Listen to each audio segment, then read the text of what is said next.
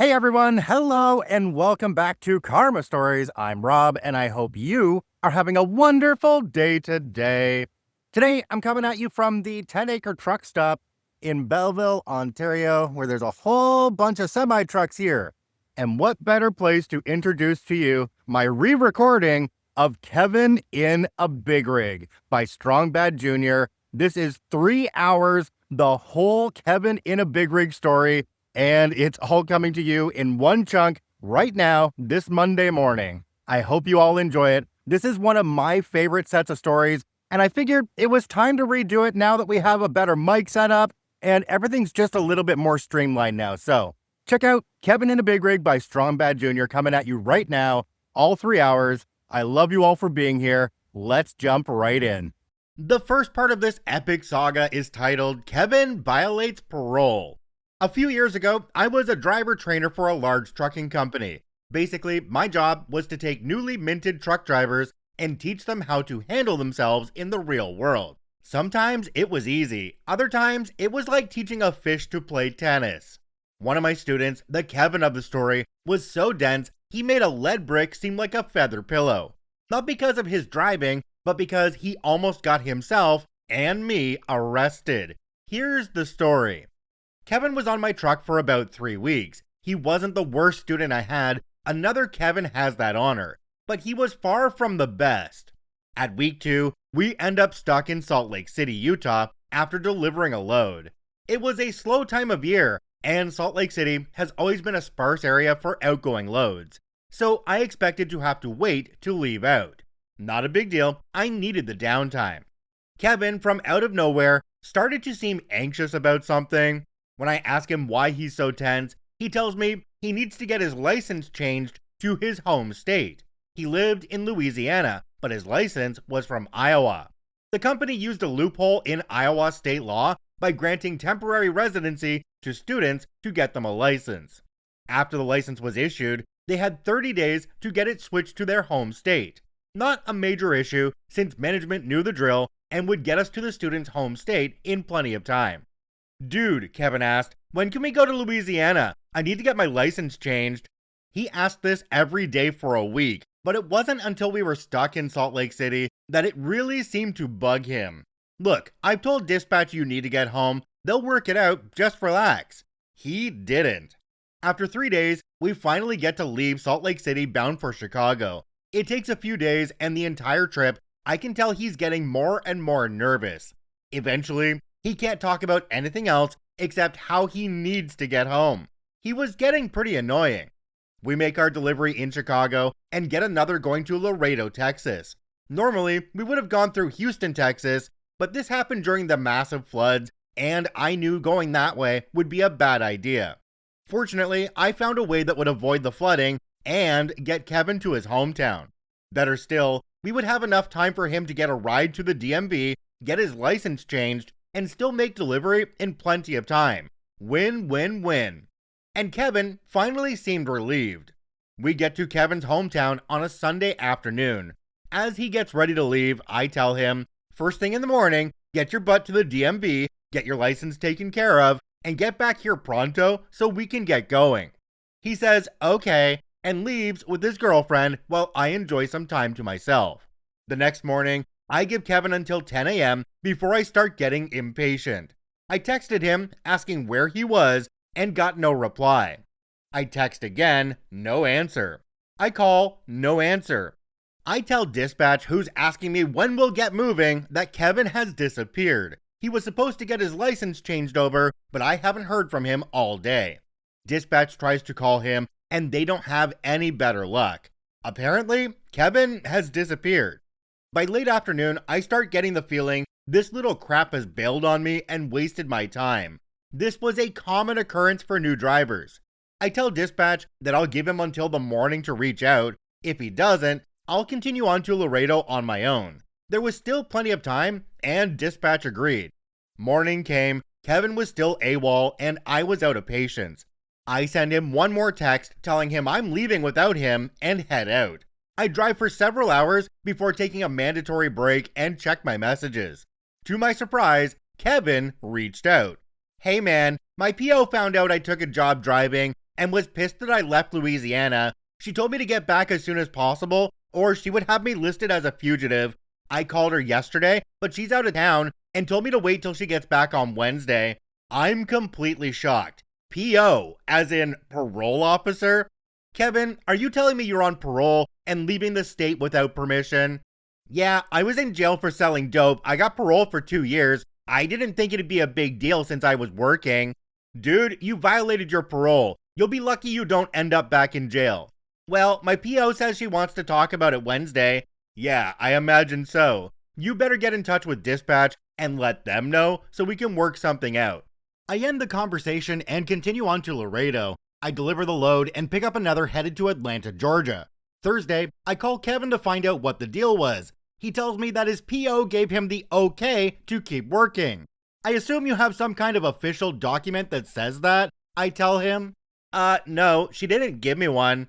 Then you better get one, because there's no way in heck I'm leaving the state with you unless I have something from the state saying it's okay. Why? Because, dumbbutt, if I carry you across state lines knowing you're violating parole, that makes me an accessory to felony. I'm not going to jail for your stupidity. Okay, I'll ask her. I tell Kevin when and where to meet me. I tell him that if he disappears again, I'm not coming back to get him. He says he understands. I get to the location when I said I would, and he's nowhere to be seen. I text, no answer. By this point, my patience for this clown is completely gone. I tell dispatch I don't trust this guy's word, and I'm not taking a chance on him lying to me. I leave out again and head for Atlanta. Kevin does reach out 6 hours later and wants to know if I'll come back for him. I tell him that he has lied 3 times and acted so shady that I can't trust him to do the right thing. If he wants to finish his training, he can sort something out with management, but there's not a chance in heck that he will see me again. Fast forward a few months, I found out from dispatch that Kevin's PO had not given him permission to leave the state again. Apparently, I made the right call by leaving him there. Fortunately, they weren't interested in prosecuting me. I have no idea what happened to Kevin, but I imagine he did something else that was stupid and landed back in prison. As for me, I took a break from training after the whole debacle. This Kevin wasn't the only one I had during my time as a trainer, and he definitely wasn't the worst. But for dragging me into his parole violation, he is firmly in the top 10. Jumping down to the comments on this one, we have one from a user called Jewel7210. It says, "You should definitely share your other Kevin stories. This one was great, so I'd be excited to read the rest." Now we know that Strong Bad Jr. did this, and they replied to this person saying, "Not a bad idea. I definitely have enough stories."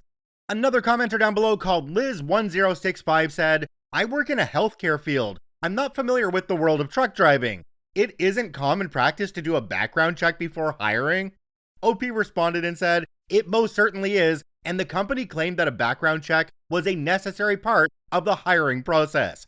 However, a friend of mine who worked in the company's recruiting department later told me that the backgrounds typically took 4 to 6 weeks to come back. Don't ask me why. The hiring process only took about 3 to 4 days, long enough for the company to check an applicant's DMV records. I brought this up to my fleet manager at the time and never got a straight answer. It was a shady company anyway." I feel like in this case, Strong Bad Jr. did exactly what they needed to do. They had no indication that the Kevin was a major issue. I think the major problem in this story is that the company doesn't let the checks come back before they let the drivers out in the trucks. That's kinda dumb and really does open them up to a huge amount of liability. A whole bunch of people in the comments for this one told OP that they wanted them to continue writing, and OP started out on a gigantic adventure called Kevin in a Big Rig. The next part of this story is titled Kevin in a Big Rig Part 2, First Day, First Kevin. First of all, a big thank you to everyone who upvoted and commented on my first post in the Stories About Kevin subreddit, titled Kevin Violates Parole. I can't begin to tell you how humbled I am and honored I am that people have found the tales of an old truck driver interesting. As requested, I decided to post several of these stories in a series. I've decided to call the series Kevin in a Big Rig, and I hope you all enjoy. And now for Kevin in a Big Rig Part 2, First Day, First Kevin. The first Kevin I encountered when I became a truck driver was, by far, the absolute worst. To say that he was dumb as a box of hammers would be insulting to the hammers. Even now, 6 years later, I can scarcely believe the majority of the things this guy did that ranged from, really dude, to, oh my gosh, how can you still be alive being so dumb? The worst part is that I had to share a truck with this guy for nearly 3 months, including trying to sleep with him driving an 80,000-pound vehicle without adult supervision. Please keep that in mind as the story progresses. When I met this Kevin, I'll refer to him as First Kevin. I had just completed my 6-week training period with my driver trainer after I received my CDL. The standard policy of the company was to pair 2 drivers who lived relatively close to one another so that both drivers could take home time at the same time. We typically stayed out on the road for weeks, sometimes months at a time, working constantly. Unfortunately for me, First Kevin was the driver that lived closest to me at the time, who had no co-driver at the time. So I get paired with First Kevin, and the first day, I could feel the stupid vibes pouring off of him. I was born and raised in the southeastern US, and even to me, calling this guy white trash would be an understatement. He bragged about his family being big in a white group, but he accepted his driver trainer who was black. But being a new hire and bottom rung of the ladder, I shrugged it off. The first day, First Kevin and I are paired up. We pick up a load going to the LA area. First Kevin, thinking that because he has a whopping 2 weeks more driving experience than I do, that he should be the one to take the first shift. Because I don't trust you yet. I should explain, this was not his personal truck. It was owned by the company, and he was not a supervisor of any kind. I didn't care, so I rode shotgun for a bit. As soon as First Kevin starts driving, I'm immediately grateful for the driver trainer I had.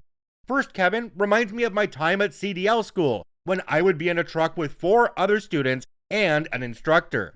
Student truck drivers are notorious for being clumsy behind the wheel, but they tend to find their groove while out with a trainer. First Kevin, on the other hand, had bouncing gear changes, excessive revving, and braking so hard that a simple 4-way stop feels like landing on an aircraft carrier. I wasn't experienced, so I thought nothing about it, for long.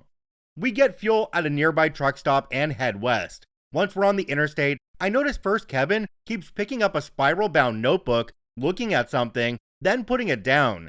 He does this every few minutes for about an hour before I ask what he's looking at. First Kevin gets a crap-eating grin on his face and hands it to me. It's the route the company sent us. You know, since we're company drivers, we have to follow the company route.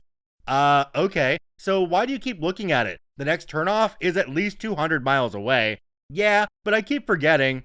Note that First Kevin has a perfectly good truck-specific GPS in the truck, and the route was programmed in. You programmed the GPS, right? I ask. Just follow that. It's telling you the same thing as your notes. He mumbles something about how it's so important that we follow the company route, or we'd get written up, and he was going to do everything right, and blah blah blah. I just let it go. So we're still going down the interstate, First Kevin driving and religiously checking his precious notebook every 5 minutes. It's around rush hour, and we were in a fairly large populated area. I start seeing signs of road construction, and traffic is beginning to stack up, but First Kevin is still looking at his notebook and not slowing down. Traffic is quickly becoming bumper to bumper, and First Kevin still hasn't seemed to notice. It's then that I see the issue. The 2 left lanes are closed due to construction. First Kevin is driving in the center lane of a 4-lane section of interstate. The far left lane is already closed, and the center left, the lane we are currently in, is about to close in less than a mile.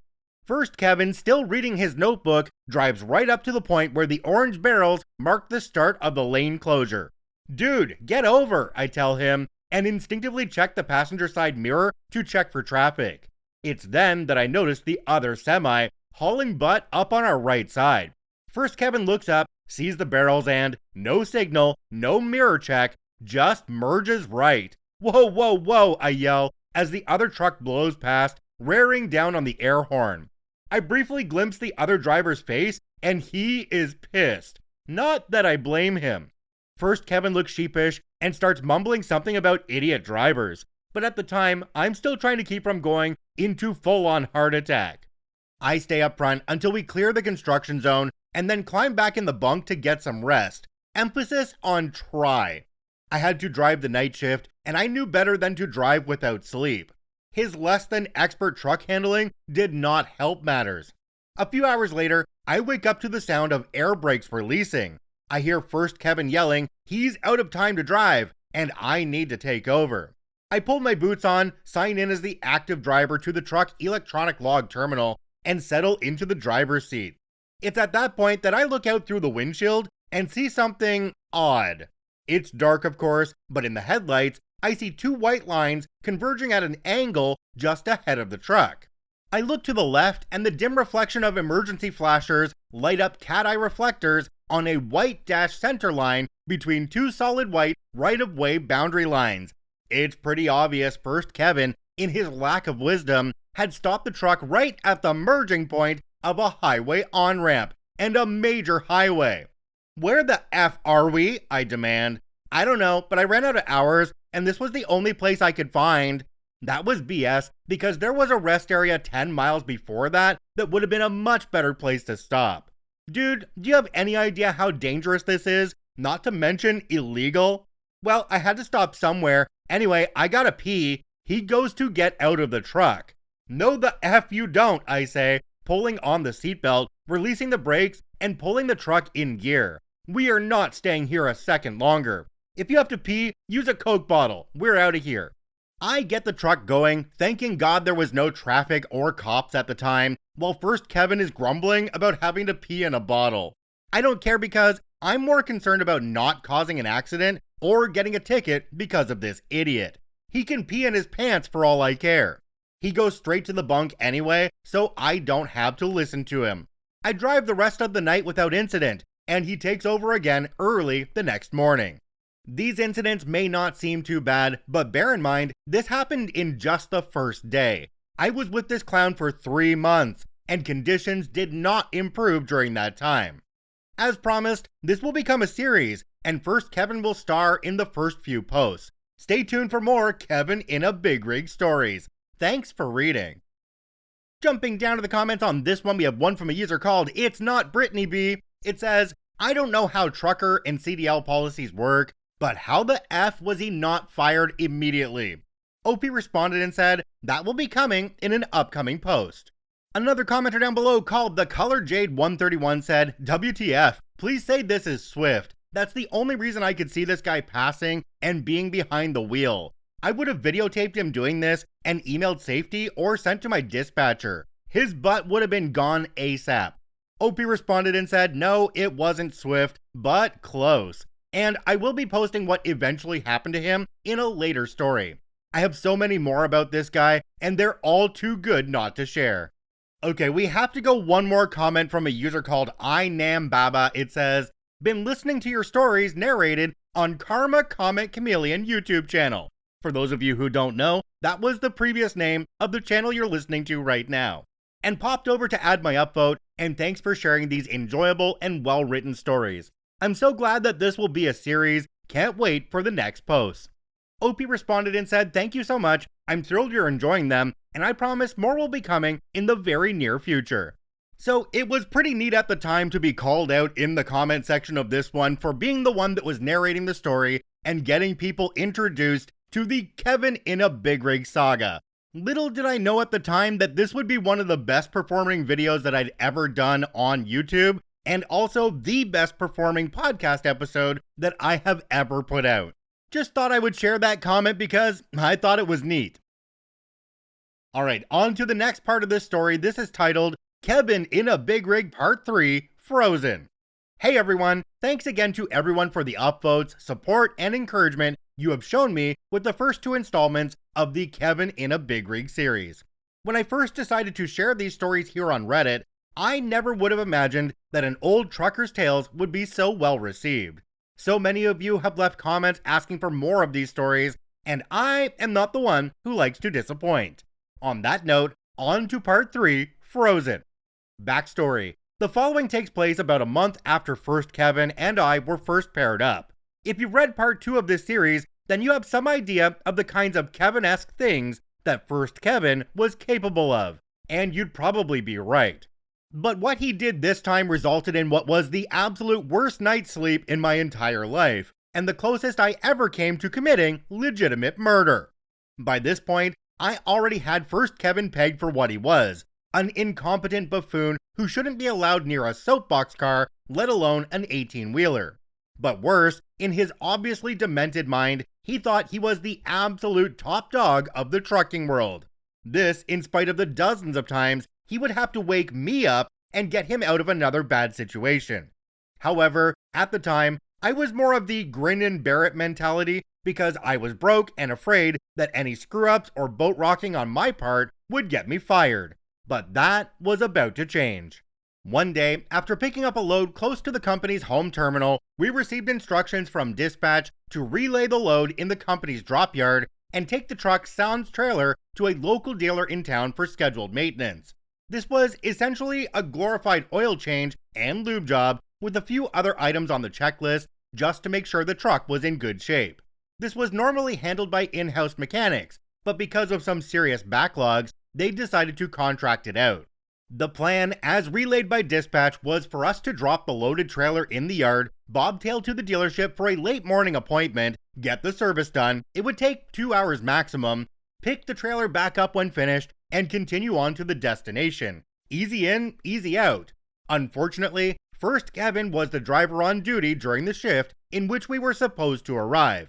But in typical First Kevin fashion, he got lost because his infamous system of navigation failed again. As a result, he wasted half a day backtracking and ran out of drive time, leaving me to get us to the terminal, drop the load, and get to the dealership 15 minutes before they closed for the day. This meant that, since we missed our appointment, we would have to wait until the next morning when they had an opening in the schedule. Since the opening was first thing that morning, and parking at the company terminal was packed, I made the call to park the truck outside the dealership for the night. We had plenty of fuel, and there was a gas station within walking distance where we could get food. The shop told us this was fine, so that was that. This happened in around late November, early December in the Midwest. The winter had already shown signs of being bad, and snow had been falling for weeks already. The weather forecast for that night was to dip well below freezing, not long after sunset. After squaring everything away with the service reps at the shop, I turned to First Kevin. "Look, Kevin, it's going to get cold once the sun goes down. I'm going to walk over to the store and grab something to eat tonight. You coming?" First Kevin replied, "No, I got food. I'm going to see if I can get that bunk outlet to work." For a few days, he had been complaining that one of the 12-volt outlets in the bunk section of the cab wasn't working. Apparently, it was a major issue for him, even though neither of us had any electronic device other than our cell phones, and the bunk had a total of 4 outlets. Only one didn't work. But trying to tell him that fact only made him upset, and made him flex his 1 week of seniority over me. I really didn't feel like arguing, so I left him to it. I go and buy food for dinner, some snacks to have in reserve, beverages to hold me over for the night, and 2 packs of cigarettes, because smoking was the only thing that could calm my nerves, enough to not strangle First Kevin each time he had to wake me up to help him navigate. As I'm heading back, the sun goes down, and I can see a nearby pond start to freeze. I quicken my pace so I can get back to the warm cab. As I get to the truck, I see First Kevin in the passenger seat, hunched over something. I go around to the driver's door and jump in. For those who don't know, trucks meant for long-haul operations have very thick insulation to hold in heat for a very long time. This came in handy since that truck had an idle limiting system that wouldn't allow the engine to run for long periods of time sitting at idle. If the engine was needed to maintain heating or air conditioning while parked, the driver could set a device much like a digital thermostat. You set the control for the temperature you want the cab to be, select it to either heat or cool, and the engine will start and stop to maintain the temperature, much like the central unit of a house. Since the cab was well insulated, the cab of the truck could stay warm for hours. Before I left the truck to go to the store, I made sure to set the idle control system to maintain a comfortable temperature. When I got back, however, I couldn't help but notice it was colder than when I had left it. Much colder. What was strange about that was that the engine was running fine. Naturally, I checked the temperature controls on the dash. They were set to full heat and full fan. And that's when it hit me. There was nothing coming from the dash vents. The blower fans were dead quiet. I looked over at first Kevin, who I just noticed is poking around the fuse panel that was hidden behind the rear panel of the glove box. Kevin, why is the heat not working? I don't know. It stopped working when I was checking the fuses. That led me to my second question. Why are you messing with the fuse panel? I was trying to get that outlet to work. As you may know, most vehicles have fuse and relay panels, one underneath the hood in the engine compartment and another inside. Trucks are the same in that regard, except they have a lot more fuses than the average passenger car. One thing that was stressed heavily during my training was that the fuse panel inside the glove box of the truck was strictly off limits. This is because if someone goes about carelessly pulling fuses, looking for a bad one without first disconnecting the power, it could cause a surge through the panel and short out other circuits. Since the fuses in the glove box controlled vital circuits such as external lights, dashboard instruments, and engine controls, messing around with them could lead to major issues. Also, the dash blower motor circuit was also fused in that same panel, and first Kevin had been messing with it. It's hard to remember what I was feeling at the time. Anger, hate, panic, homicidal rage, all of the above. Oh, F, I exclaimed as I jumped into the bunk area. I checked the thermostat. It's showing 58 Fahrenheit, 14.4 Celsius, when it was set to 73 Fahrenheit, 22 Celsius. I checked the vents in the bunk heat controls and turned them to full heat and full fan, but sadly, nothing. We were in a truck with no heat and near freezing conditions. To make matters worse, the shop at which we were parked was already closed. We were in trouble. I grabbed the truck's computer and sent an urgent message to dispatch telling them that our heater isn't working and the temperature outside is dropping fast. First Kevin is still mumbling about the outlet. Will you forget that gosh darn outlet? We have no heat. Don't you understand that? He said something, but the computer signaled an incoming message. Truck 1234, you have access to your truck, so we can't get you a room. I tell dispatch again that the heater isn't working, and it's getting colder by the minute, but they said company policy meant we had to stay in the truck. We were screwed.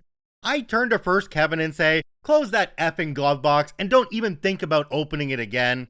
At this point, he realized he screwed up royally. We were stuck in a cold truck for the night. Neither of us has enough money to afford a hotel room, and short of starting a bonfire inside the truck, we were in for a cold, cold night. I quickly eat my dinner and stow my food away. I then dig through all the clothes I had with me, looking for every stitch of warm clothing I had and layered up as best I could. I ended up wearing 2 long sleeve t-shirts, a pullover hoodie, and a Carhartt jacket with 2 pairs of jeans, 2 pairs of socks, heavy duty work boots, and 2 pairs of jersey work gloves with a fleece blanket for cover. The entire night, I don't think I slept for 2 consecutive hours. Despite wearing what felt like a week's worth of clothes all at once, the cold air still permeated through. I stayed curled in the fetal position for the entire night, shivering so hard I could feel the entire truck shake. Each time my violent shivering or chattering teeth brought me out of sleep, I would look at the thermostat control. By midnight, the temperature was well below freezing, and with high winds that had come up, the truck was only getting colder. I can remember feeling disgusted each time I woke up and not seeing sunlight. At one point, I honestly believed that I wouldn't survive the night due to hypothermia. Finally, at about 6 a.m., I woke up for the last time and decided to go outside. Not because it was any warmer, but because the gas station I went to the evening before opened at that time, and all I wanted was a little heat. I didn't wake first Kevin. Honestly, I wouldn't have cared if he was dead for all the hell his stupid butt just put me through over a power outlet. I walked to the store looking like a vagrant with withdrawal symptoms from shivering so much. When I walked into the store after that long, bitter night, I wanted to cry because the heat felt so nice. The cashier gave me a puzzled look, but saw my baseball cap that had my company's logo and let it go. I bought 2 cups of piping hot coffee and a warm breakfast. I took my time savoring every bit of it. Since the station had a dining area and I wasn't busy, I really wasn't in any hurry to get back. I sat in the station for about 2 hours, Before I had to head back. The shop opened at 8 and I wanted to get the truck in the shop and fixed ASAP. I get a third coffee for the walk back and get over to the shop just as the office is opening. First, Kevin is waiting outside and sees me holding my coffee. He asked where I got it and I pointed to the gas station. The rep opens the door and we go inside, check in with the desk, and hand the truck key to the technician so he can get started. First, Kevin, who was useless when it came to things like this, went to the lounge area. I made sure to tell the tech about the fan and asked if he could check it out. He said he would. I signed the paperwork and head to the lounge. In the lounge, First Kevin looks frustrated. He wanted coffee too, and was disappointed to learn that, since the shop just opened, the office staff hadn't made any in the lounge yet. Well, walk over to the gas station and get one, I say, trying not to snicker. You know I can't walk that far, why don't you go get me one? He asked indignantly. I should point out that First Kevin had a bad leg due to, if you can believe it, a bad car accident. I know, big shocker. At first, I felt bad for him, being partially disabled, but by that point, after everything I had endured because of his stupid butt, I was tempted to damage his good leg so they would be a matching set. Because I signed the truck in, that means I have to be here when it's released. First, Kevin gets mad. Well, why didn't you wake me up and ask me if I wanted anything? He demands, almost throwing a tantrum. It was at this point my tolerance for First Kevin glitched. This SOB had put me through a living hell of no sleep, being thrown around the truck like a ragdoll because of his horrible driving, having to take flack for his F-ups, and getting chewed out for late deliveries because he keeps getting lost. Now, he wants me to be his errand boy after nearly causing me to freeze to death. As someone once said, hell to the nah. I set my coffee on a table and raised to my full height. I had at least 1 foot and 100 pounds on him. Listen here, you sawed-off little bastard, I replied, summoning every last ounce of piss and vinegar in me that wasn't still frozen. Because of your dumb butt, I barely slept all night. How the hell we're not dead of hypothermia right now, I have no idea. I have put up with your BS for over a month and I'm fed up with it. You are not my supervisor. You are not my lead driver. And you do not tell me what to do. And if I ever catch you messing around with the fuse panel or anything else on that truck again, I will cut your throat. And at that moment, I meant it. First, Kevin muttered something, but I told him to shut up and he obliged. After a couple hours, the technician came and told us our truck was ready. First, Kevin, still without coffee, sulked to the truck while I dealt with the paperwork. I asked the tech about the blower fan and find out it was a blown fuse.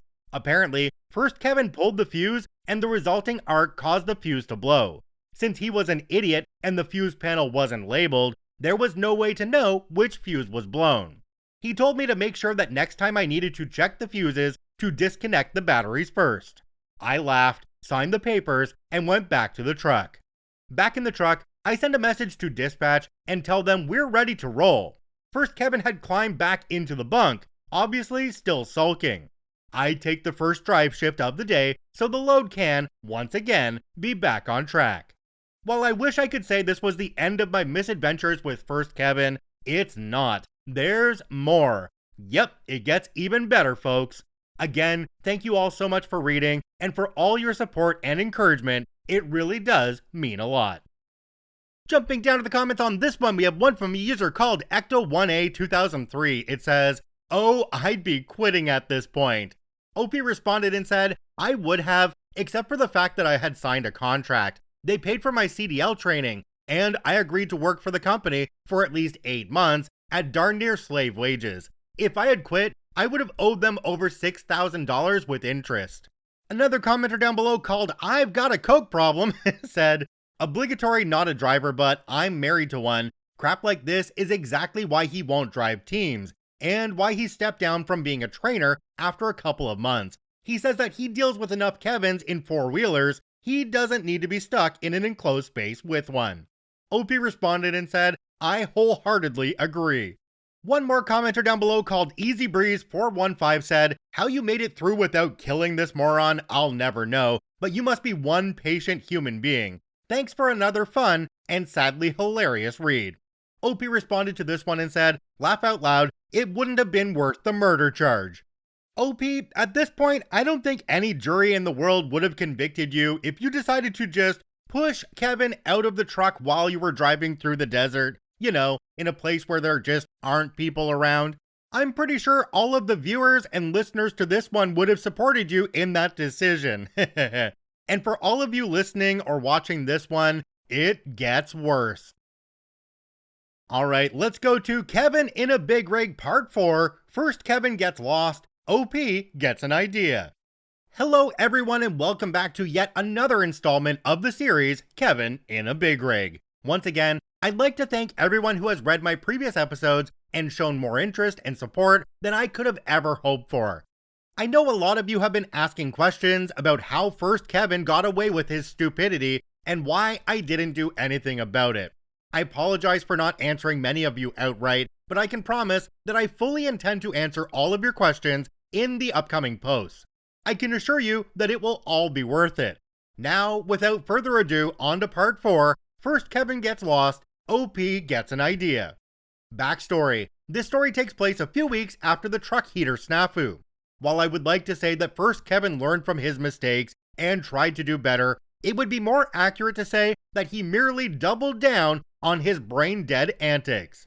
In the interim, his driving skills plateaued at noob level. His navigation ability was potato, and his superiority complex had gone from annoying to insufferable.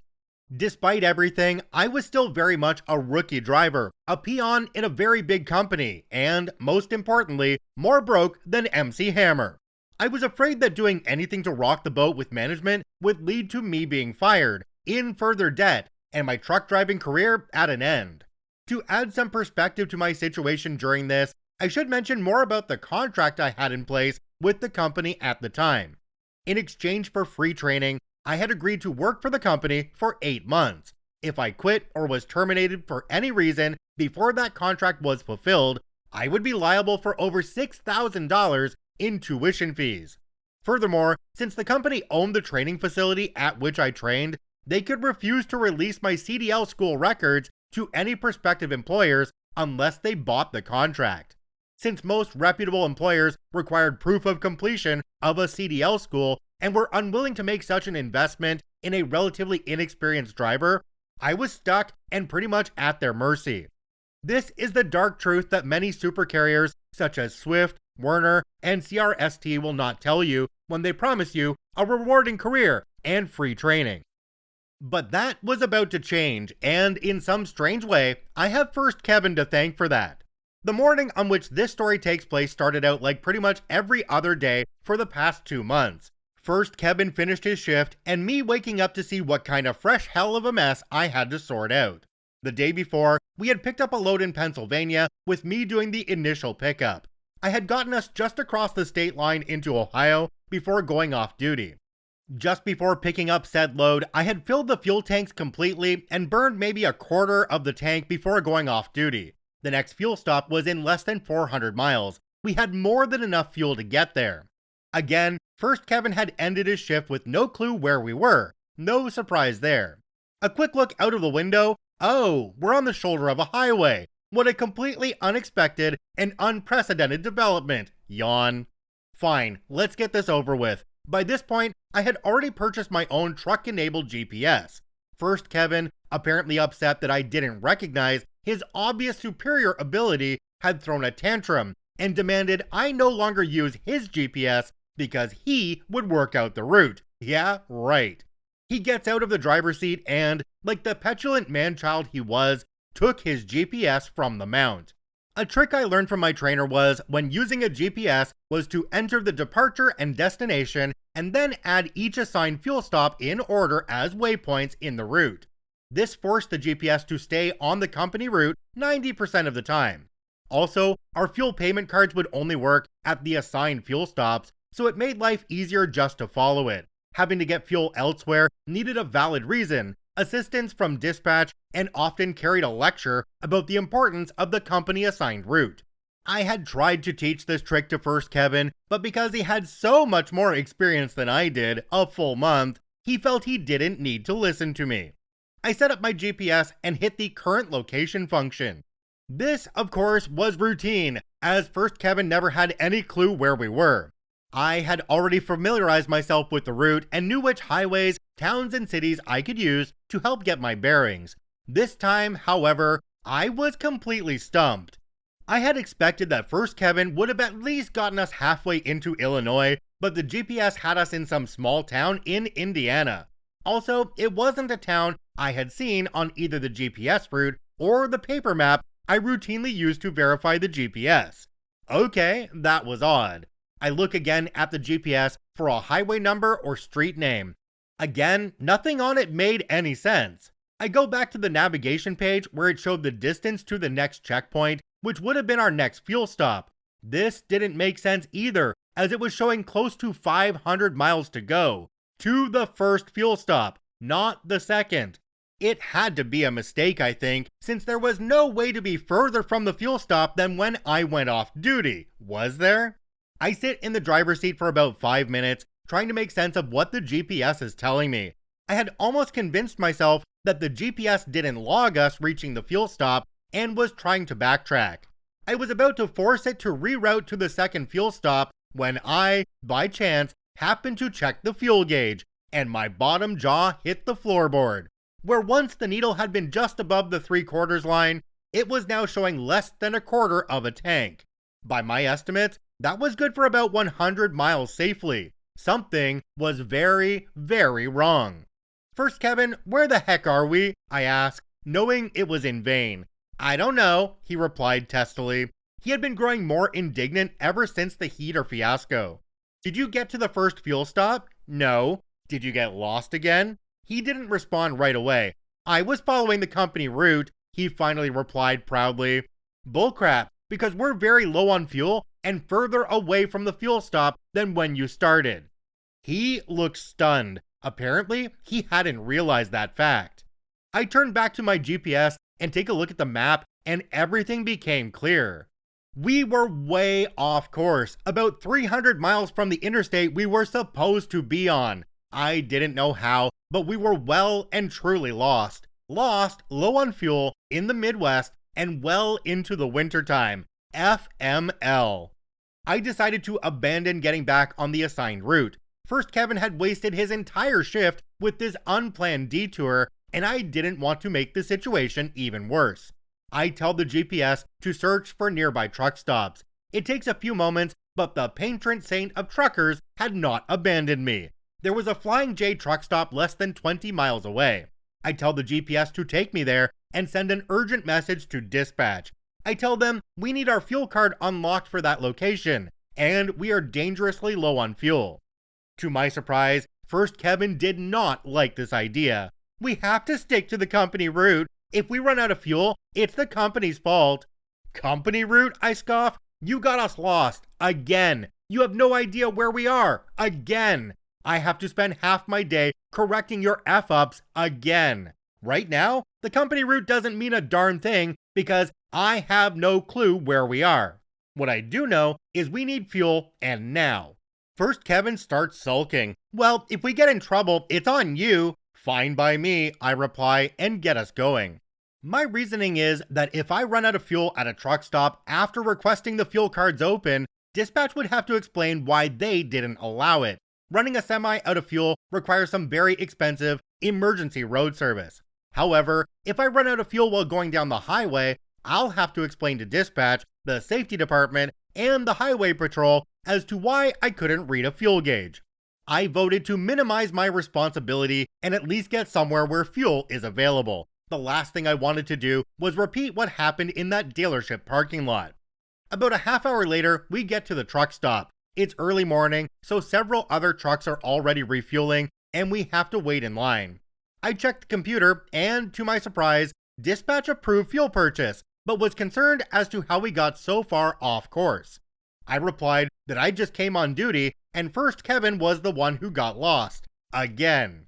I didn't expect anything of this, since the night shift dispatchers didn't handle things like employee discipline or service records.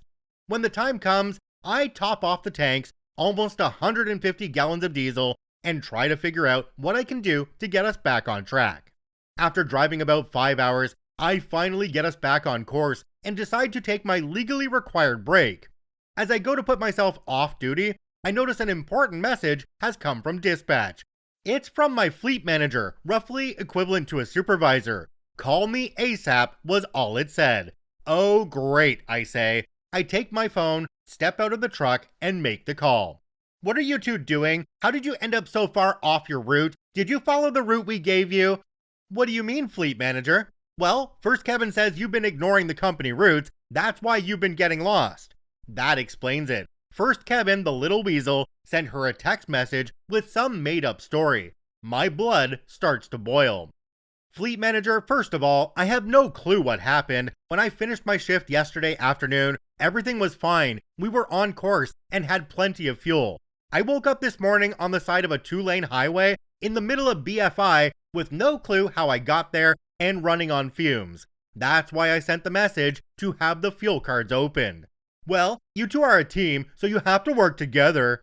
I take a deep breath, fighting back the urge to launch into a verbal tirade that would surely get me fired. Fleet manager, you know what First Kevin is like. Well, just figure it out. She hangs up and I have to fight the urge to throw my phone across the parking lot.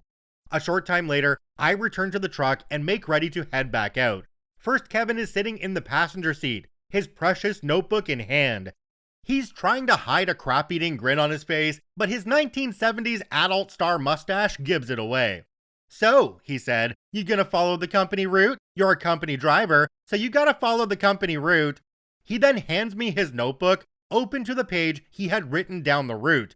I take it and throw it in the back.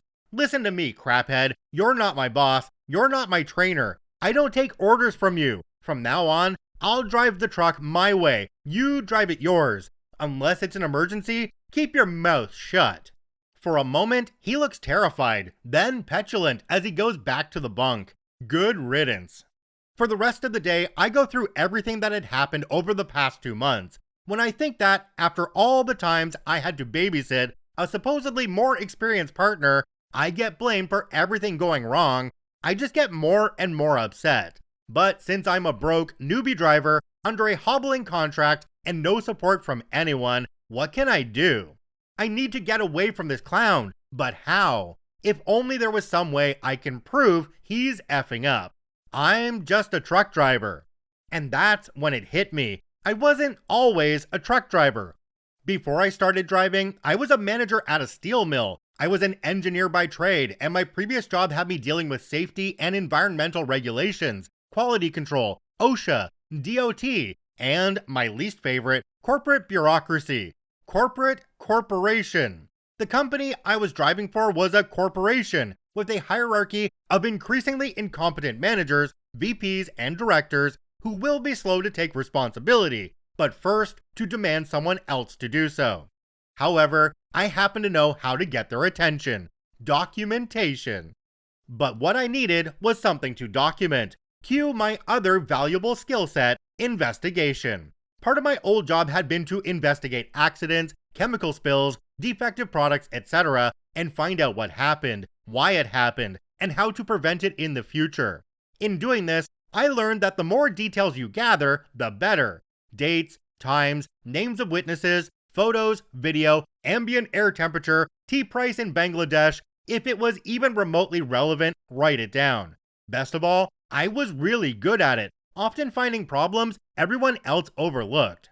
So the two pieces of a plan began to form. First off, I would need to observe everything First Kevin did and said, looking for something I could use to prove just how incompetent he truly was. In addition, every time he got lost or went off route, I would take a picture with my phone of the truck's computer logs showing the GPS pings and their timestamps, along with a photo of his daily driver log. First Kevin would be under investigation and not even know it. I finish my drive shift and go off duty. Before I go to sleep, I decide to check the computer records to see exactly what First Kevin did the night before that got us so very lost. According to the GPS pings, he had, for some reason, turned off the interstate and driven close to 500 miles, with over 150 miles going in the opposite direction than we needed to go. I took snapshots of the ping and First Kevin driver logs, showing that he was on duty when it happened. But that wouldn't be enough, I knew. I needed much, much more. So I took an old legal pad and began making a list of every stupid, dangerous, and dim-witted thing First Kevin had done, including dates and times where I could, and started writing an email that would take a month to complete. And that's where I'm going to end part 4, but not to worry everyone, this story isn't even close to being over yet. Thank you to everyone for reading this far and for the continued support and encouragement. I hope you have enjoyed the series this far and you find these tales, if not informative or enlightening, then at the very least, entertaining. And stay tuned, part 5 will be released shortly. Spoiler alert, we learn part of the reason why First Kevin is such a Kevin. Jumping down to the comments on this one, we have one from a user called Bitter Future. It says, I'm trying to imagine the self-confidence it takes to lecture someone else on how to navigate right after getting lost by 500 effing miles.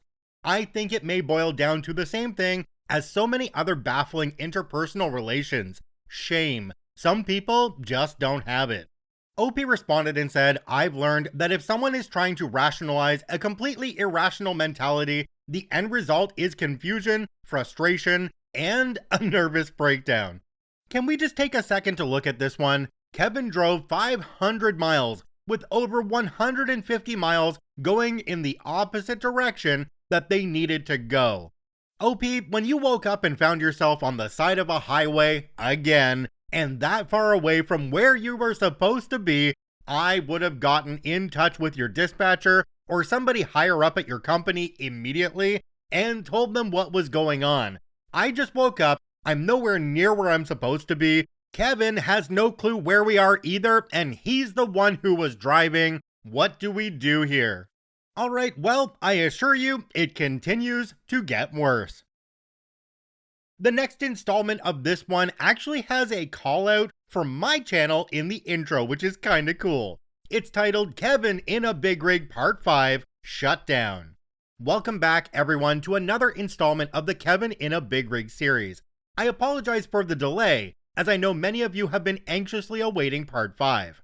However, the day after Part 4 posted and I sat down to make this update, I learned from another Reddit user that YouTube creator Karma Comment Chameleon had picked up my stories for a series of videos on his channel. Upon hearing this, I was completely taken aback as I never imagined this series would be worth such an effort. That being said, it took a little time to process. If you haven't seen his video, I'll include a link to the video below where he covers parts 1 to 3. I know how much work and time goes into making a video for YouTube, and I feel the least I can do is repay the favor and get the word out there. So without further ado, let's get into Part 5, Shutdown. Backstory. This takes place only a few days after the events in Part 4. First, Kevin and I were heading towards Salt Lake City, but the winter weather that had been slowly ramping up for the past month was only getting worse. We had been fortunate up to this point that the snow and ice hadn't caused any delays, but luck was about to run out.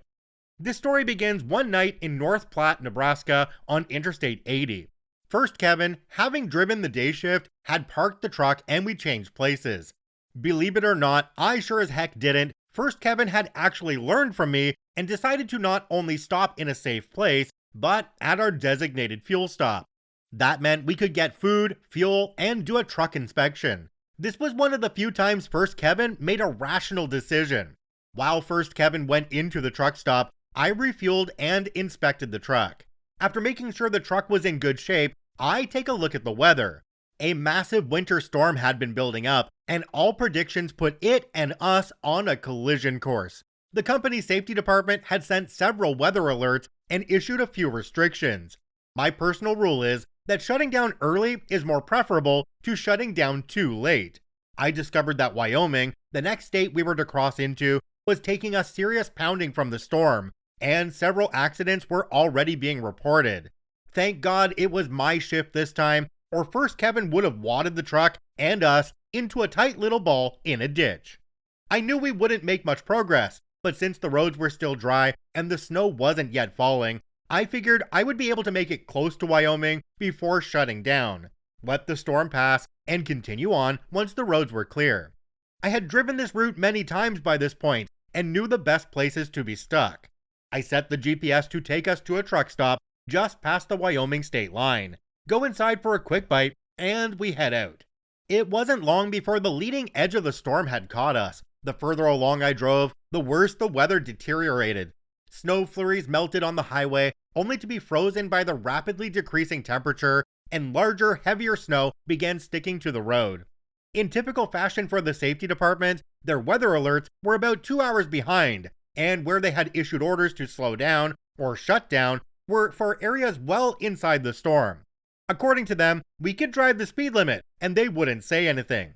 Fortunately, I knew better than to trust the judgment of someone nearly 1,000 miles away from the weather I was looking at through the windshield. I had made it about 100 miles when conditions forced my hand. I had already reduced speed to barely creeping, and the road was invisible beneath the snow. After watching another truck who was driving way too fast lose control and end up in the ditch, I made the call to shut down. I pull into a rather large truck stop not far from the Wyoming state line. By this point, the snow was so deep, the trailer bumper was acting like a snowplow, and the tires were having trouble gaining traction. I finally get the truck parked and tell dispatch we're shut down. As I set the truck's idle control system, first Kevin wakes up and asks, "Are we still in Indiana?" In case you're not familiar with US geography, Indiana is a very long way from Wyoming. We hadn't been there for days. "We're in Big Spring, and we're shut down. We're gonna be here for a while," I tell him. "Did safety tell us to?" I made the call. "It's gotten pretty bad." He mumbles that he will get us going once his 10-hour break is up, but I knew safety will issue a shutdown, albeit later than it should be. I grab a snack, pull the bunk privacy curtains closed, and settle in. I decide to make use of the downtime to work on Operation Ditch the Dipshit. For the past couple of days, I had been writing down everything I could remember since day one with First Kevin. I jot down everything, major and minor, along with dates, times, and locations. Every missed turn, unnecessary detour, and violation First Kevin had made goes on the list. My plan was to copy it all to email, but I wanted to make sure nothing was left out. While First Kevin was asleep, I decided to go through the truck's computer records. I start by going through First Kevin's hours of service log. This is a legally required record that shows what a driver does every single day. Since drivers can only drive a set number of hours per day, any violation would show on the log. Best of all, these computer logs couldn't be tampered with. Every time he drove longer than he should have, I made a note. This computer also keeps record of abnormal truck activities. One of these is called hard braking event. A hard braking event is, as the name suggests, an instance where the truck experiences excessive braking. Remember how I said First Kevin was heavy on the brakes? Well, the computer agreed. There were dozens, if not hundreds, of these records filed during his drive shifts. To be clear, it takes a very hard brake check to trip one of these events. I use my phone to snap a quick photo of the computer screen. I make my notes and climb back into my bunk for the rest of the night. The next morning, I wake up and go to the front of the cab and check the computer for messages. As I predicted, safety had issued a mandatory shutdown for all trucks in our area. Just as well, otherwise I'd have to duct tape First Kevin into his bunk to keep him from trying to leave. The storm was still dumping snow, and the paved parking lot of the truck stop is packed full of trucks, and the interstate, visible from our parking spot, is dead quiet. No one was going anywhere. Despite this, I breathe a sigh of relief. First Kevin might be stupid, but his sycophant attitude meant he wouldn't dare defy the company. We were safe for the time being. First Kevin wakes up a little while later. "Are we still in Illinois?" he asks. "No," I reply cautiously. "We're in Nebraska, close to Wyoming. Safety has shut us down." "Oh," he replies, and goes back to the bunk. It was then that I knew something about First Kevin was off, more so than I thought. Twice in less than 12 hours, he has forgotten where we are. Indiana and Illinois are behind us by a few days at this point. There's no way he could be that confused. I try to put it out of my mind for the time being and decide to brave the weather in the interest of breakfast. I grab some food and coffee and check the weather conditions to the west. Wyoming DOT had shut down the entire interstate, and over 200 accidents had been reported in the past 24 hours. I talked to a few drivers who had come in from the west, and their accounts match the reports. It's pretty clear that we're not going anywhere soon. After about an hour, I head back out to the truck and decide to catch up on some sleep. First Kevin is fully awake at this point, messing around with the computer. As I climb inside, he asks, "Are we still in Illinois?" What? He still doesn't know where we are? No, I explain, we're in Nebraska. We got here last night and haven't been in Illinois for 3 days. You don't remember? This was the question that answered far more than I thought. First Kevin explained to me that, about a year before, he had been involved in a serious car accident, one of many. According to him, he ran off the road at high speed. He was hospitalized with a shattered leg, his bad leg now, and was in a coma for 21 days. His doctors told him that being in a coma that long would likely cause some brain damage, and it had. He had difficulty with his short-term memory, and would literally forget something he did 5 minutes before. This wasn't entirely new to me, as he had told this story before. In fact, he had told me countless times over the past 2 months, and it was always the same. Bad car accident, 21-day coma, and busted leg. Right, I reply. Well, the weather is pretty bad, so get comfortable, we're gonna be here for a while. I then climb back into my bunk. First Kevin, citing his back leg, wants to try and find a parking spot closer to the store, but I tell him the lot is completely full, and if he moves the truck, we could lose this spot. Reluctantly, he decides to stay put. In my bunk, I go over First Kevin's story. 21-day coma, short-term memory loss, numerous car accidents. If I was asked to pick a person to deny a CDL, it would be First Kevin, and not because of the hell I had already been through because of him.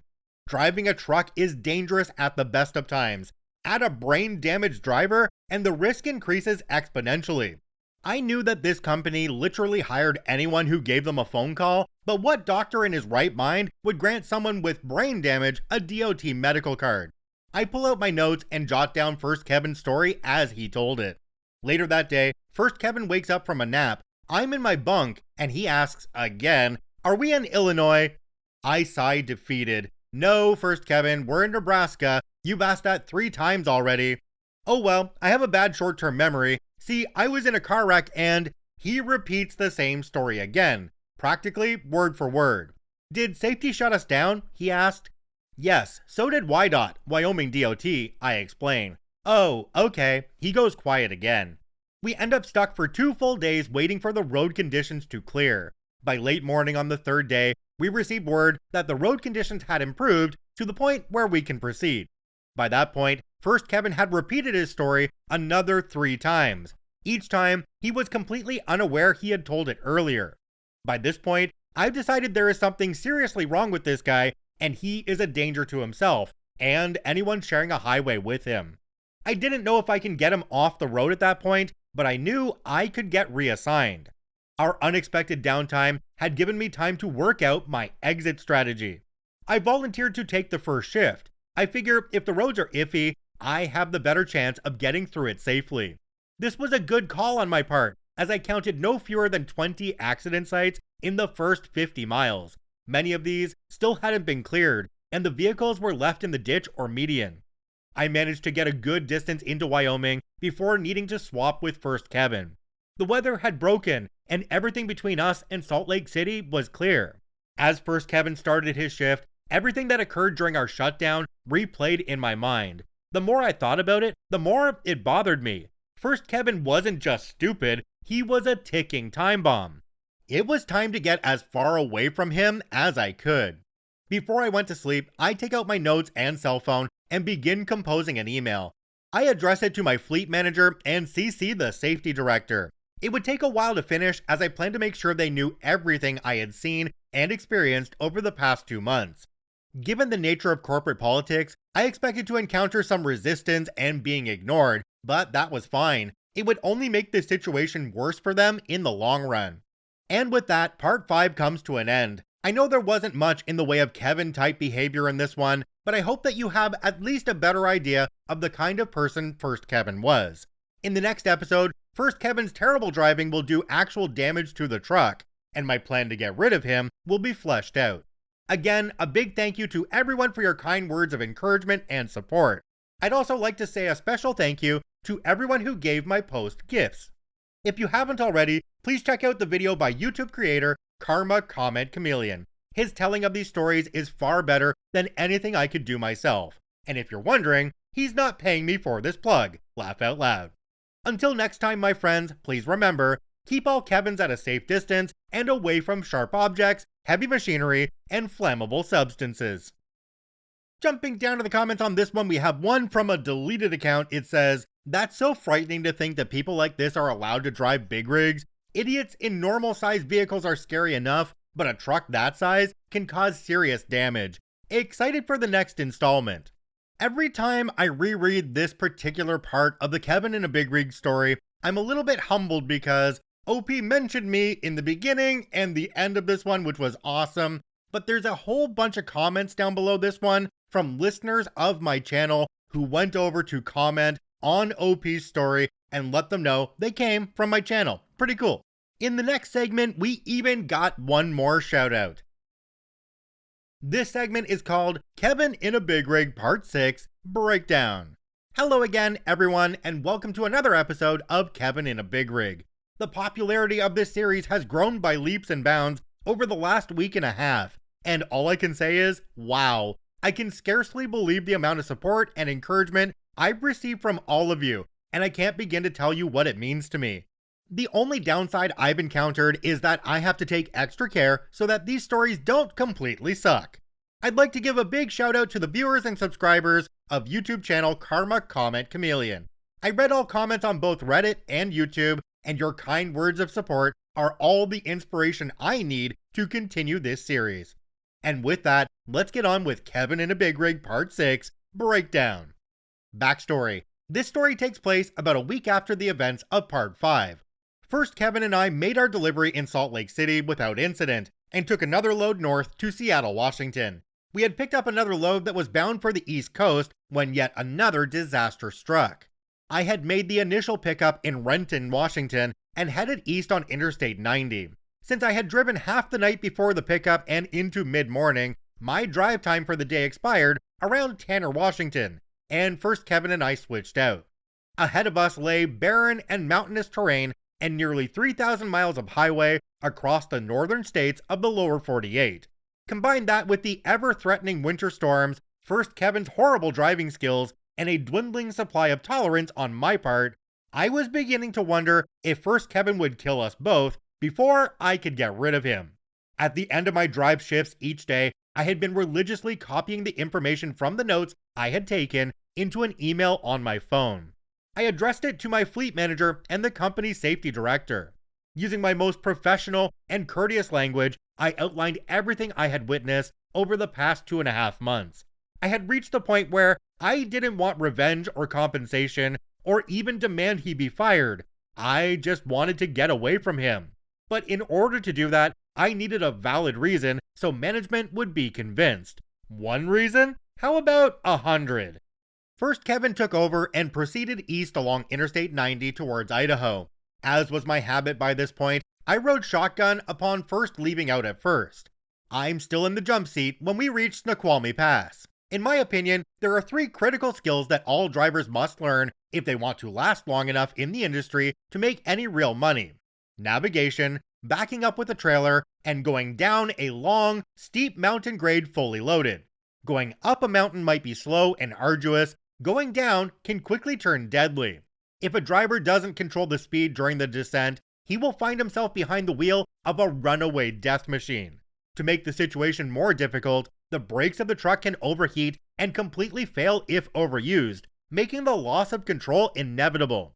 If you've ever driven through mountains and see runaway truck ramps, that's exactly what they are for. A pre-selected crash scene. Most trucks now have a feature called engine brakes, more commonly known to truck drivers as jake brakes. Unlike the typical wheel brakes, engine brakes cause the truck to slow down by restricting airflow in the engine. This causes the engine to add resistance in the drivetrain and serve as a sort of drogue chute. Also, unlike wheel brakes, engine brakes will not overheat or fail from overuse.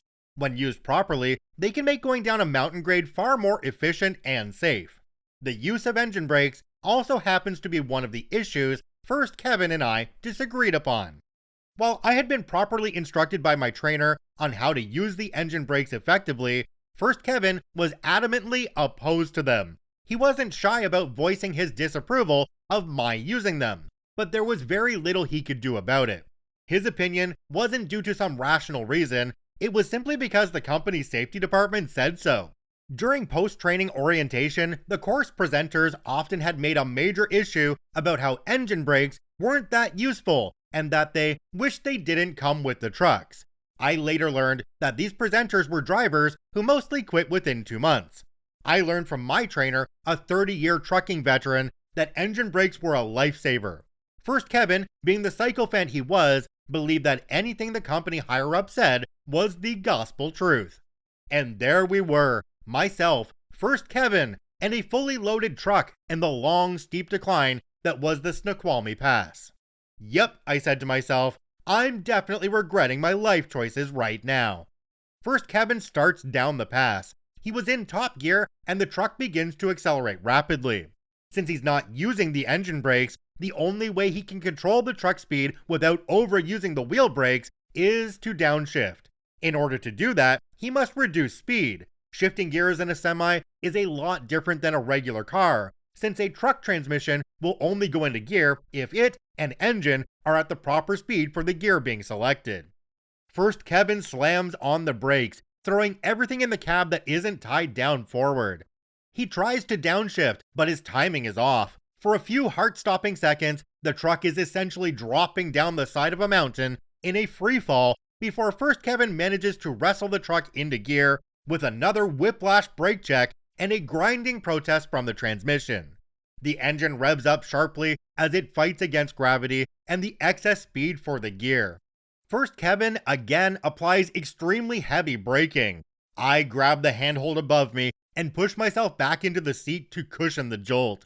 At this point, I look over at the dash tachometer. It's reading over 1700 RPMs. The normal operating range for the truck is between 1000 and 1500 RPM.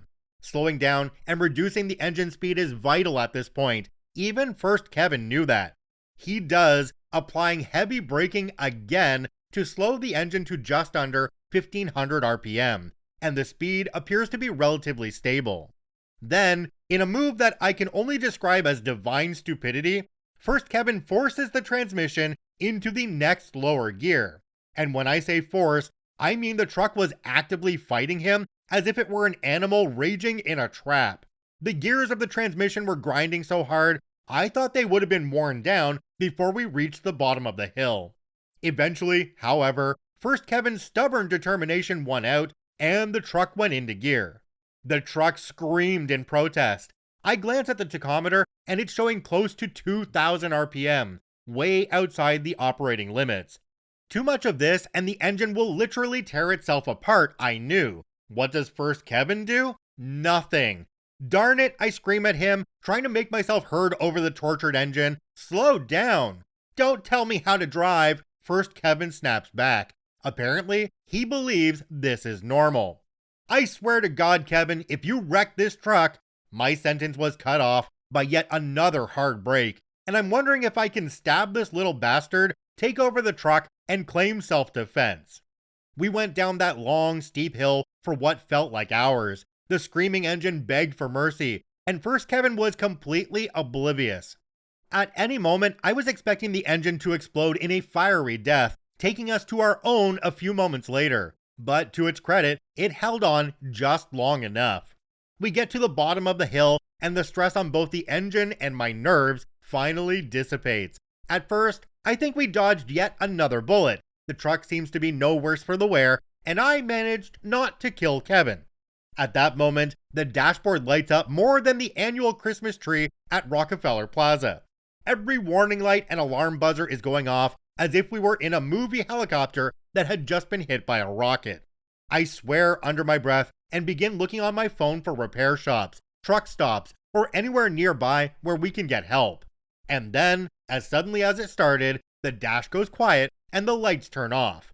It wasn't a relief, more of the eerie quiet. That's not good, I say, knowing this wasn't some electronic glitch. I go back to my phone. It's the only thing I can do to keep me from snapping First Kevin's neck. By some obscene stroke of luck, there's a dealership service shop at the next exit. It was just then that the dashboard lights and alarms make an encore appearance. I think something's wrong with the truck, First Kevin said, as if I hadn't already worked out that much for myself. I give First Kevin my hardest glare. "No crap, Sherlock," I reply. "You just fell off an effing mountain and blew the engine up." What do we do?" he asked like a lost little boy. I take this moment to highlight his stupidity. "I don't know, Super Trucker. You're the one who knows everything. Why don't you tell me?" To say my nerves were frayed at this point would be a gross understatement. First Kevin keeps looking between the road and the dash. I can tell he's lost, confused, and clueless. Just then, the engine derates, essentially limiting its speed and horsepower in order to prevent further damage. Something is seriously wrong, and First Kevin is completely useless. "Next exit," I say. "There's a dealership shop." First Kevin nods nervously. He rounds a bend, and the exit comes in sight. Despite the truck's reduced speed, First Kevin is about to blow right past, something he can't very well afford to do. "Kevin, exit now," I say. Here?" he asks, unsure. "Now," I scream, not even trying to be civil. First Kevin takes the exit, braking extremely hard again to get slow enough so as to not overturn the truck. I can see the sign for the dealership and guide First Kevin to it. We pull into the parking lot just moments before the truck dies. Charmed life, I think. I turn to First Kevin and say, "You, send dispatch a message. Tell them where we are and that we're checking into the shop. I'll go talk to the shop." He doesn't get a chance to protest as I jump out and head inside. The techs run a diagnostic and find a long list of fault codes. I have to coordinate between dispatch and the shop because the company maintenance overseer knew nothing about trucks and First Kevin was completely useless, and find out that the truck will need to be in the shop overnight. They reluctantly agree to spring for a hotel room within walking distance, and we go check in. First Kevin and I spent about 3 days in that hotel while the truck was being repaired. First Kevin, by virtue of his short-term memory problems, had completely forgotten about how it was all his doing. He gave some speech about how dangerous engine brakes were, but I reminded him that he was the one who was driving when the truck broke down. He tried to pass the blame, but it didn't matter. I had a more important task to focus on. If you ever needed or wanted to know how to make a rigid corporate structure to act in your favor, you might want to take notes. I had been gathering evidence against First Kevin for about 2 weeks before we broke down. In those 2 weeks, I had been able to gather enough problems against him that would make a district attorney green with envy. I divided my time between copying my notes to email and jotting down new items as they cropped up. It was tedious, as the list never seemed to go down, but eventually, the email was ready. The only question that remained was who, exactly, would get the email. Normally, I would simply email my fleet manager like one would a supervisor. The problem was, such major issue would need nearly every department in the loop. The only problem was the company was strictly compartmentalized and often territorial. It wasn't uncommon to get messages from 3 or 4 department heads for one minor infraction. For example, when I had to request fuel in Indiana, I had to explain why to the route planning manager, fleet fuel controller, and the planning department, in addition to my supervisory fleet manager. Not only was this incredibly ineffective and annoying, it did provide insight into how the system could be manipulated. For all its segmented nature, there was one department that had full authority over any other. That was the safety department. Since every trucking company must take safety seriously, the safety managers are taken very seriously. More often than not, a safety manager held more power than the CEO, and was the one department who could rally the others to a cause. My plan was to send emails to the heads of every department that had jurisdiction over any of First Kevin's violations. Hours of service, planning, human resources, driver training, each department head would get the email. In addition, my fleet manager and the safety manager would get the exact same email. With any luck, one of the emails would trigger an investigation, the findings of which would start a chain reaction. At best, the safety manager would order every department to look into the matter. What I was careful not to do was to come off as accusatory or demanding. My philosophy has been to assume ignorance before malevolence, that is, assume that the company simply wasn't aware of what was going on. And if I demanded that First Kevin was fired, I would risk coming across as bitter and spiteful, which would accomplish nothing. No, my emails would be professional, concise, detailed, and presented in a way that would say, hey, I found these problems and I wanted to bring them to your attention. The issues themselves would cause the panic. It was during this breakdown that I put the finishing touches on my plan. I dug through the company directory for the relevant emails, organized the documents and photos in the email, and arranged the list of violations by the relevant departments. If and when an investigation took place, all they would have to do is look where I pointed. I had nearly completed the email during the 3-day downtime while awaiting repairs. The day the truck was repaired, first Kevin and I went to shop a few hours before the truck was released. When the techs told us it was ready, I was surprised first Kevin offered to sign it out and take the first shift of the day. It was uncharacteristically generous of him, which I found suspicious, but did not say so. I decided to make a restroom stop before we left out. On the way out of the door, I walked by the service desk. The tech who worked on our truck was finishing up the ticket and waved me over. Hey, he said, somewhat bewildered, aren't you with that short guy with the limp? Yeah, why do you ask? I reply. Well, he asked a question. I take a deep breath. I had a feeling what that question would be. Let me guess, he was asking about the engine brakes? The tech was taken aback. Yeah, he wanted to know how to disable them. I thought it was weird because why would anybody want to do that? I shake my head in disgust and glance to make sure first Kevin isn't in the room. Did you tell him? Hell no, the tech admitted. You'd be an idiot not to have them. I nod in agreement. By the way, I ask, what is it that was wrong with the truck? There were some cracks in the turbocharger housing, he explained. And would keeping the engine at 2000 RPM all the way down Snoqualmie cause that? He looked at me knowingly. You better tell somebody about him if he can't drive any better than that. Oh, don't worry, I assure him. I will. And that ends part 6, Breakdown. Once again, a big thank you to everyone who is either reading this story on Reddit or listening on YouTube, being brought to you by Karma Comment Chameleon. Your support means the world to me, and I hope this story proves itself worth your time. I will apologize in advance since part 7 will be delayed as I will be unavailable during the weekend, but hopefully I'll be able to post it up early next week. Until next time, this is Strongbad Jr. reminding you to help control the Kevin population, have your Kevin spayed or neutered. Jumping down to the comments on this one, there's one from a user called KMJ420. It says, truckers are one of the most essential occupations in society. That being said, it's a shame you are one. Your storytelling skills are next level. You should have become an author or screenwriter. OP responded and said, Boris Karloff was a truck driver in Hollywood when he was cast for Frankenstein. Harrison Ford was building cabinets for George Lucas when, after helping with a few auditions, he was offered the part of Han Solo. But now that you mention it, I am working on a novel. You know, this part of the story is really hard to narrate when you're holding your breath the whole time that they are barreling down that mountain.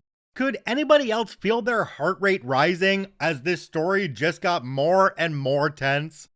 I honestly don't know how Strongbad Jr. held out for this long with this Kevin at the wheel. I feel like I would have quit and just walked away in order to maintain my safety. Of course, it's not over yet. Let's get into Kevin in a Big Rig Part 7, Flashpoint. Hello again, everyone, and welcome to another episode of Kevin in a Big Rig. As always, a big thank you to everyone who has followed this series thus far, either on Reddit or through the YouTube channel Karma Comment Chameleon. You have been so generous with your support, encouragement, and kindness. I know I say this a lot, however, it never feels like it's enough. Also, another big shout out to Karma Comment Chameleon and the effort Rob dedicates to bringing these stories to a wider audience. The fact that someone would deem these stories worthy of such effort is gratifying beyond what words can express. And so, what so many of you have been waiting for, let's get into Kevin in a Big Rig, Part 7, Flashpoint. Backstory. These events take place over the span of a couple of days immediately following the events in Part 6, Breakdown. The 3-day breakdown had forced dispatch to call in another truck to rescue the load. I had figured as much since the load was considered high priority, and with an even more serious winter storm than what we faced in Nebraska bearing down on us, dispatch wanted to get the load to its destination as soon as possible. That left myself, first Kevin, a repaired truck, an empty trailer, and precious little time before we became stranded again by Old Man Winter.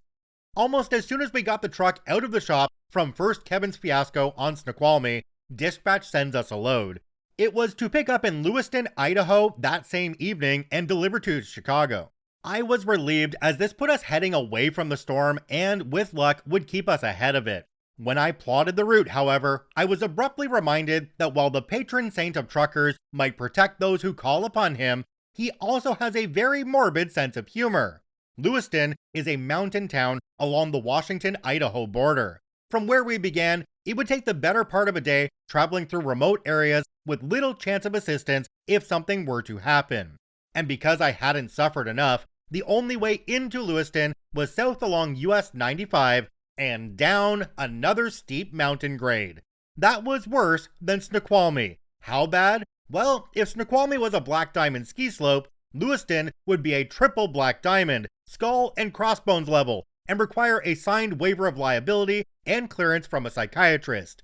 And just for kicks, First Kevin would be driving us there. Upon realizing this, I texted my mom, told her I loved her, and that I was probably going to be dead in the next few hours. She thought I was drunk. For the first few hours, I stayed in the bunk trying to get what little sleep I could.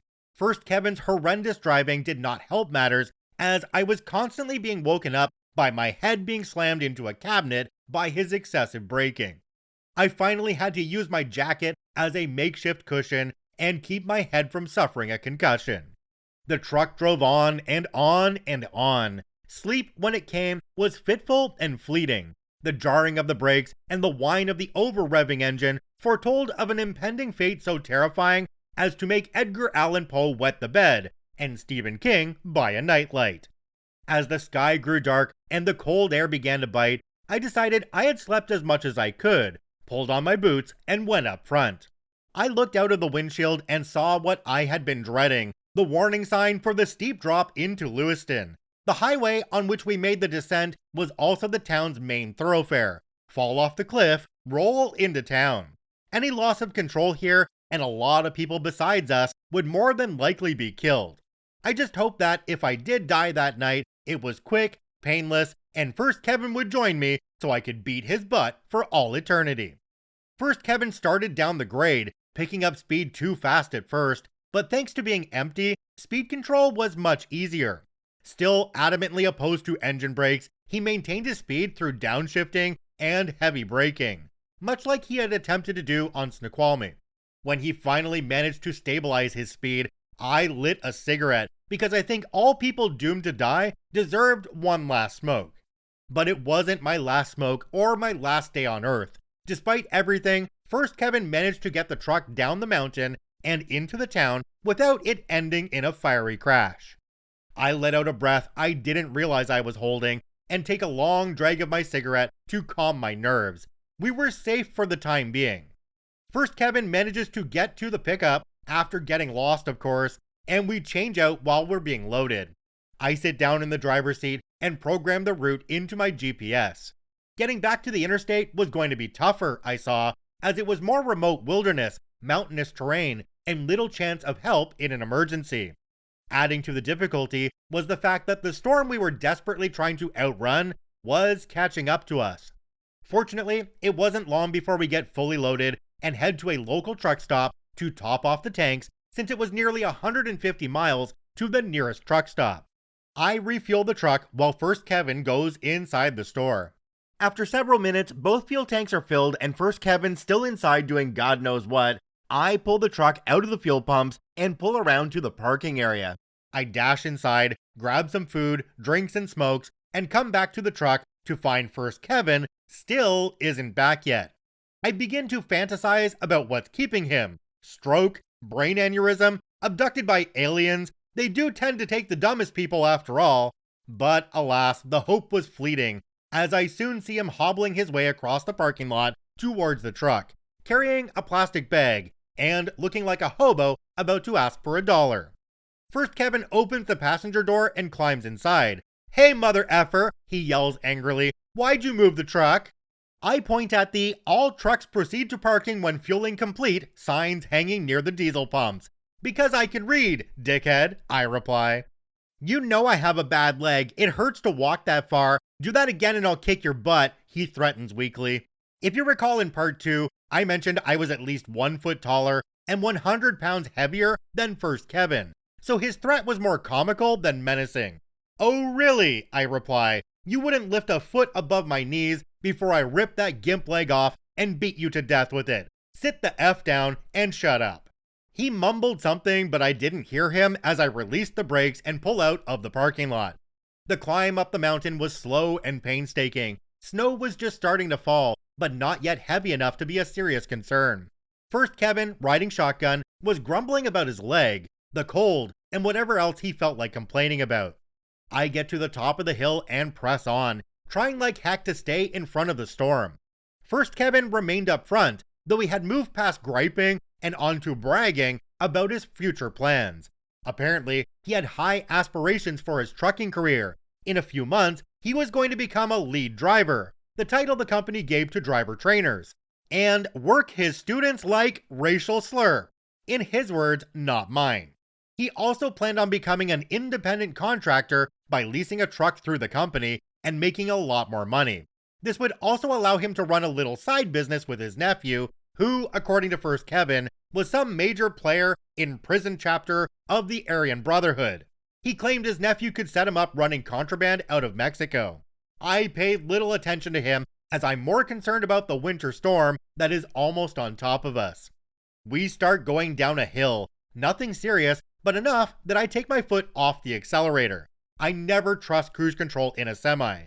This causes the engine brakes to engage, and on cue, First Kevin takes it personally. "If you were my student," he said, trying to sound pretentious, "I'd fail you for that." What the F ever, man. At least I can go 5 minutes without getting lost. I reply, not missing a beat. "Don't use those things on my truck," he demands. "I'm not, dumbbutt," I shoot back. "This is the company truck, remember?"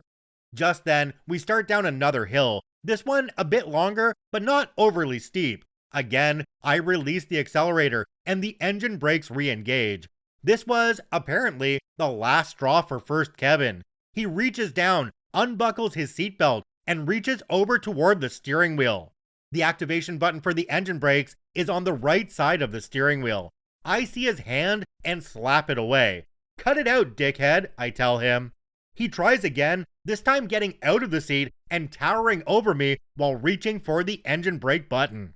This is extremely dangerous, as it's dark, we're on a narrow road, and visibility is reduced because of the snow.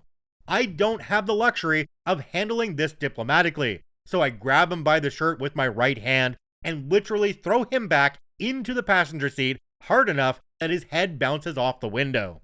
"If you ever pull a stunt like that again," I tell him, "I will break every bone in your body and leave you to the buzzards. You're not a lead driver, and this is not your truck. Sit down, buckle up, and shut up." First Kevin obviously hadn't expected that reaction. Apparently, he was living in a fantasy universe where he was the trainer and I was the student. I suppose that knock to the head was enough to bring him back to reality, or as close as he could get, since he buckled his seatbelt and went about copying the company route to his precious notebook. A couple of hours pass in silence. The snow begins to fall heavier and accumulate on the ground and stick to the road. The wind had begun to pick up and was rocking the truck side to side.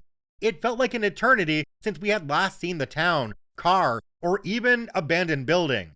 I had just started to begin thinking that maybe we hadn't survived the downgrade into Lewiston, and this was my own personal hell, when far in the distance, I see the lights of a town. I check the GPS, and sure enough, it's exactly where we are to rejoin Interstate 90. I was less excited about being on the interstate as I was about the prospect of finding shelter from the approaching storm. As we make our way through town, I keep my eyes peeled for a truck stop, Walmart, gas station, anything that might offer a safe harbor for the night. But, to my increasing dismay, nothing. To make matters worse, the town appeared to be deserted. Even the 24-hour convenience stores were dark and empty. Suddenly, a few miles before reaching the interchange, a message comes across the computer. First Kevin takes the computer and reads it. "It's a weather alert," he says. "It says we have to shut down." "Of course," I say, still looking for somewhere to park and finding nothing. Keep an eye out for a truck parking spot. We get closer to the interstate and find nothing. Even the gas stations with truck diesel lanes are clearly posted no truck parking. My only alternative is to get back on the interstate and keep going until I find somewhere to shut down. I'll admit this is the last thing I wanted to do, but my hands were tied. First Kevin, however, simply could not understand the situation. "Why are you getting on the interstate?" he asked. "Safety told us to shut down." "Yeah, but there's nowhere to shut down," I reply. "You have to stop," he insists. "Safety will write you up." "Where? On the side of a city highway? You really think that's a good idea, jackass?" Looking back, I now see how ironic this question was. First Kevin gave up. Apparently being thrown bodily against a window one-handed takes away your nerve. "Well, if safety says anything, it's on you," he says. I'm fine with that, and I'll tell them the same thing I'm telling you. You can't just stop in the middle of the effing road. I take the on-ramp to Interstate 90 eastbound. I keep my speed at around 45 miles per hour, 72 kilometers per hour. Since, knowing we shouldn't be out here according to safety, I can at least use the fact that I was driving at a greatly reduced speed to say, yeah, I know, I should be shut down. But there's nowhere to shut down, so I have to keep going until I find a place to shut down. I plod along Interstate 90 through the Idaho Panhandle and find nowhere to park. The truck computer is going crazy, dinging every few minutes with messages, wanting to know why we were traveling through a shutdown area. I can't send any reply since I'm driving, and First Kevin is content to let me deal with it. I drive well into Montana before I see salvation, a truck safety rest area. It's little more than a super wide shoulder on the side of the highway, but it's reasonably safe, legal for us to use, and more importantly, it has enough room for us to get into. I guide the truck into a parking spot, shut off the headlights, and pick up the computer. I put myself off duty and go about responding to the messages. All but one are automated messages about the shutdown notice and the fact we are operating in one. The one non-automated message is from the night dispatcher. "You are operating inside of a shutdown area. Please shut down as soon as possible," the message asked. "What the hell did you think I was planning, D-head?" I said to the screen. I reply, could not find a safe and legal spot when alert received, was forced to continue on until a safe and legal parking area could be found. We are now shut down. Intentionally use the words safe and legal in my reply because, according to the company's own driver handbook, a truck that receives a weather shutdown notice must find a safe and legal place to shut down until the notice is lifted. That was their own policy verbatim. I was just following it, safe and legal. I decided to go back to the bunk and sleep. It was pretty obvious we were going nowhere until morning at least. The next morning, I'm awakened by the sound of the truck brakes releasing. I jump out of my bunk and check the computer. Safety had released the shutdown and implemented a 45 mile per hour limit for the area. First Kevin took it upon himself to take the first shift, so I crawled back into the bunk. A couple of hours later, I'm woken up by my phone ringing. I check it, unknown number, but the area code matches the company headquarters, so I answer. "Hello," I answer. "Hi, is this OP? Driver ID 9876, replied the voice. Yeah. "This is Ken, not real name, from safety. This call is being recorded. We had a report that you willfully violated a mandatory shutdown area last night."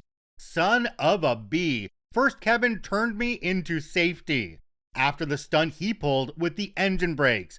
"Well, Ken," I replied, "I suppose that depends on your definition of violated. Did you continue to drive after receiving a notice of the shutdown?" "Yes," I answered truthfully. "Can you explain why?" "Well, Ken, if you refer to company driver handbook, such and such page, such and such paragraph, you will see that it clearly states that, and I quote, upon receiving a shutdown alert, the driver must park the truck as soon as it is safe and legal to do so." End quote. Now, as I told the night dispatcher, I was not in an area that provided safe and legal parking, and therefore was forced to continue until safe and legal parking could be found. However, I was well aware of the dangerous road and weather conditions and elected to proceed at a speed no faster than 45 miles per hour, 72 kilometers per hour, and shut down at the nearest safe and legal place available. For a few moments, Ken was quiet, but I heard the telltale tapping of a computer keyboard through the phone. "I see. Well, looking at your route, I see that there was very little in the way of parking or facilities. No shit, Sherlock, I think to myself. That was my assessment of the situation as well, I confirm. Well, he continued, we received this report from an anonymous phone call and we had to follow it up. Anonymous, my butt. Am I being written up for this? Not at this time since, as you say, you were trying to get to a safe, legal parking area. We may look into this matter further at a later time. However, I would like to stress that you take care in the future. I manage to hide my rage when I respond, always do, thanks, and hang up.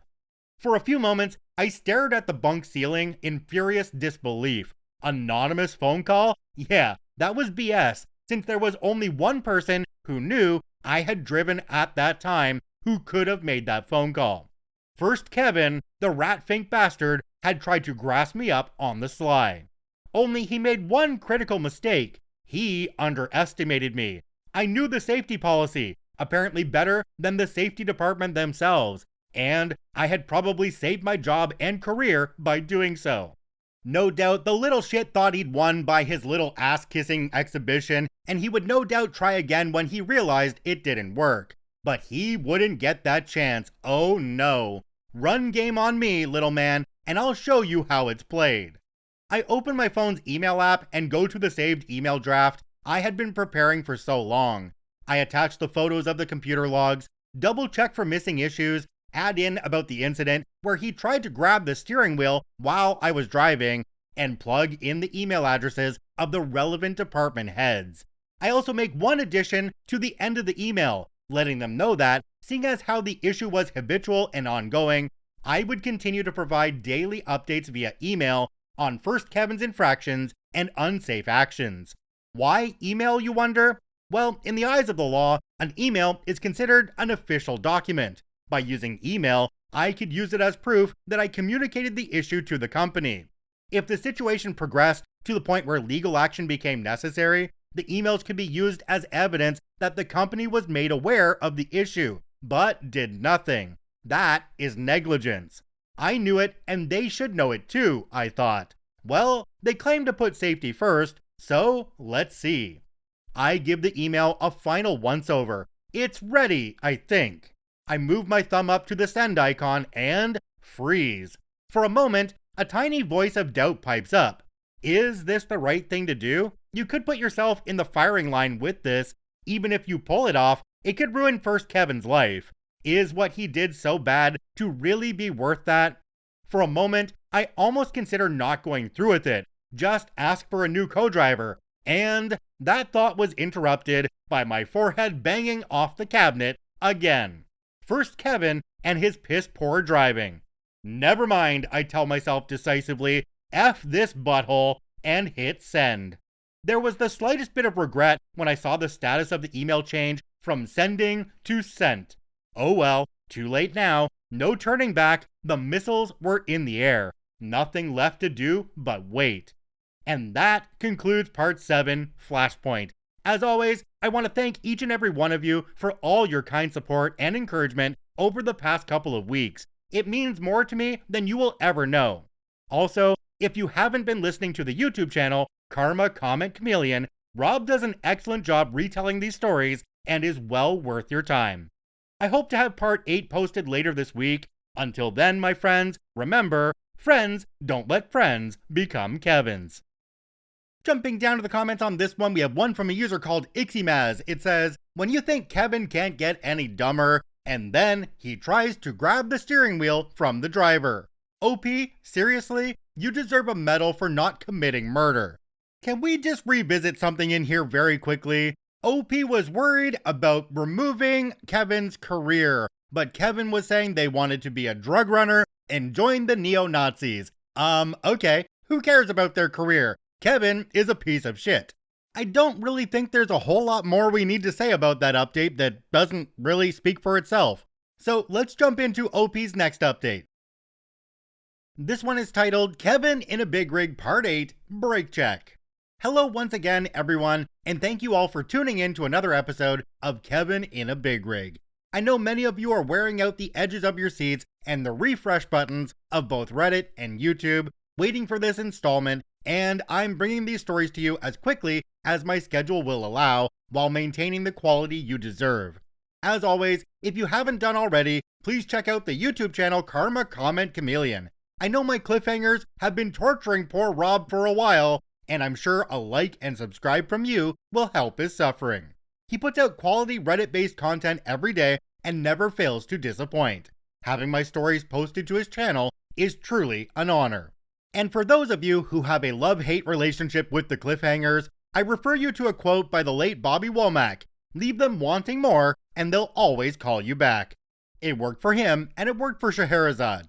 And now you can call off the angry mobs and reseal the pit of eternal Kevins. I present to you Kevin in a Big Rig Part 8, Break Check. Backstory: this story takes place immediately after the events in Part 7, Flashpoint. After making me dodge a bullet from safety, after first Kevin's petty little phone call, he decided to continue along Interstate 90 eastbound through Montana. The winter storm that had forced us to shut down had slowed and moved south during the night, leaving us running along its northern edge. We hadn't seen the last of it. After sending the email that I hoped would seal first Kevin's fate, I tried to get some sleep. It wasn't easy, going over the possible scenarios and contingencies to which launching such an unexpected attack would lead. I didn't expect a quick resolution, or that I would be taken seriously at first. That was fine. If I, a lowly truck driver, wasn't enough to get a trucking company to stick to their safety-first policy, then I had some bigger guns to play with. I need only to bide my time, give them a fair chance, but give no quarter should they try to hide from their responsibility. If management had any sense, they would play ball and get this moron off the highway. I woke up again around mid-afternoon. First Kevin was still driving, but knowing he would be out of time soon, I decide to get up and see what new mess first Kevin has gotten us into. I pull on my boots and, expecting nothing, I check my phone. To my mild surprise, there's an unread email from my fleet manager. "Okay," it read, "we'll forward this to safety, thanks." "Uh-huh," I said to myself, "passing the buck and covering your butt. Smart move. At least one person did the right thing. Let's see if the rest follow suit." I close the email and head up front. To my relief, first Kevin was on course and with enough fuel to get to the next fuel stop. I say nothing to him. He says nothing to me. Awkward. I was born awkward. Bring it on, Skippy. I take the truck computer, scrolling through the messages to see if anyone from the company had said anything related to email bombs I had dropped on half the company. Again, nothing. They were either ignoring me outright, which would be very bad for them in the long run, or I had unleashed a demon from the safety department who demanded a blood price for everyone letting first Kevin go that long. In any case, there wasn't much I could do until safety made their move or decided not to move. I set the computer down, lit a cigarette, and took out my phone again. I forwarded the nuclear email to my then girlfriend, telling her that if anything happened to me, she was to get this to a lawyer, press charges for negligence, gross misconduct, whatever, and sue this company into bankruptcy. I also BCC her to all future emails so she would have them as well. Dramatic? Maybe, but I wasn't going to let this get swept under the rug. Next, I checked the weather and see the storm had moved to the south.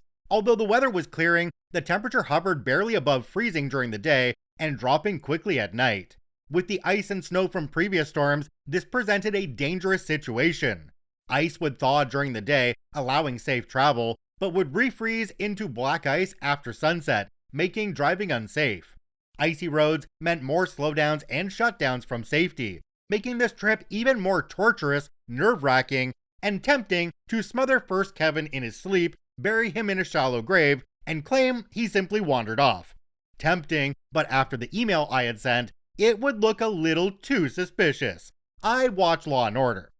First Kevin drove for about another hour before the computer alarm signals that his drive time is running low. Lucky for him, our next fuel stop is only a few miles away. We get to the truck stop and first Kevin, claiming his poor leg is hurting him, leaves me to handle the refueling while he goes inside. I top off the tanks, give the truck a quick once-over, and go inside myself for supplies to get me through a hard night of driving. As it turned out, that hard night only lasted about 3 hours, as the frozen roads forced another shutdown, just as I predicted. This went on for about 2 more days, slow going due to safety mandated slowdowns during the day and shutdowns coming at night when the roads froze over again. I barely said a word to him, but first Kevin, thinking that he had subjugated me with his little anonymous phone call, regaled me with his tired old stories. Car wrecks, jailbird nephew, 21-day coma, how he was going to cut the engine brakes out of the truck. I began to sympathize with Bill Murray's character in Groundhog Day. Every day was simply a repeat of the last. Adding to the frustration was the lack of response to my email to safety. I was getting the feeling that they were actively ignoring me, but I stayed true to my word, sending them daily updates on First Kevin's actions. Most of the updates were simply repeats of previous issues, but one would think that if a peon was willing to take the time to do their job, they would at least send a thank you.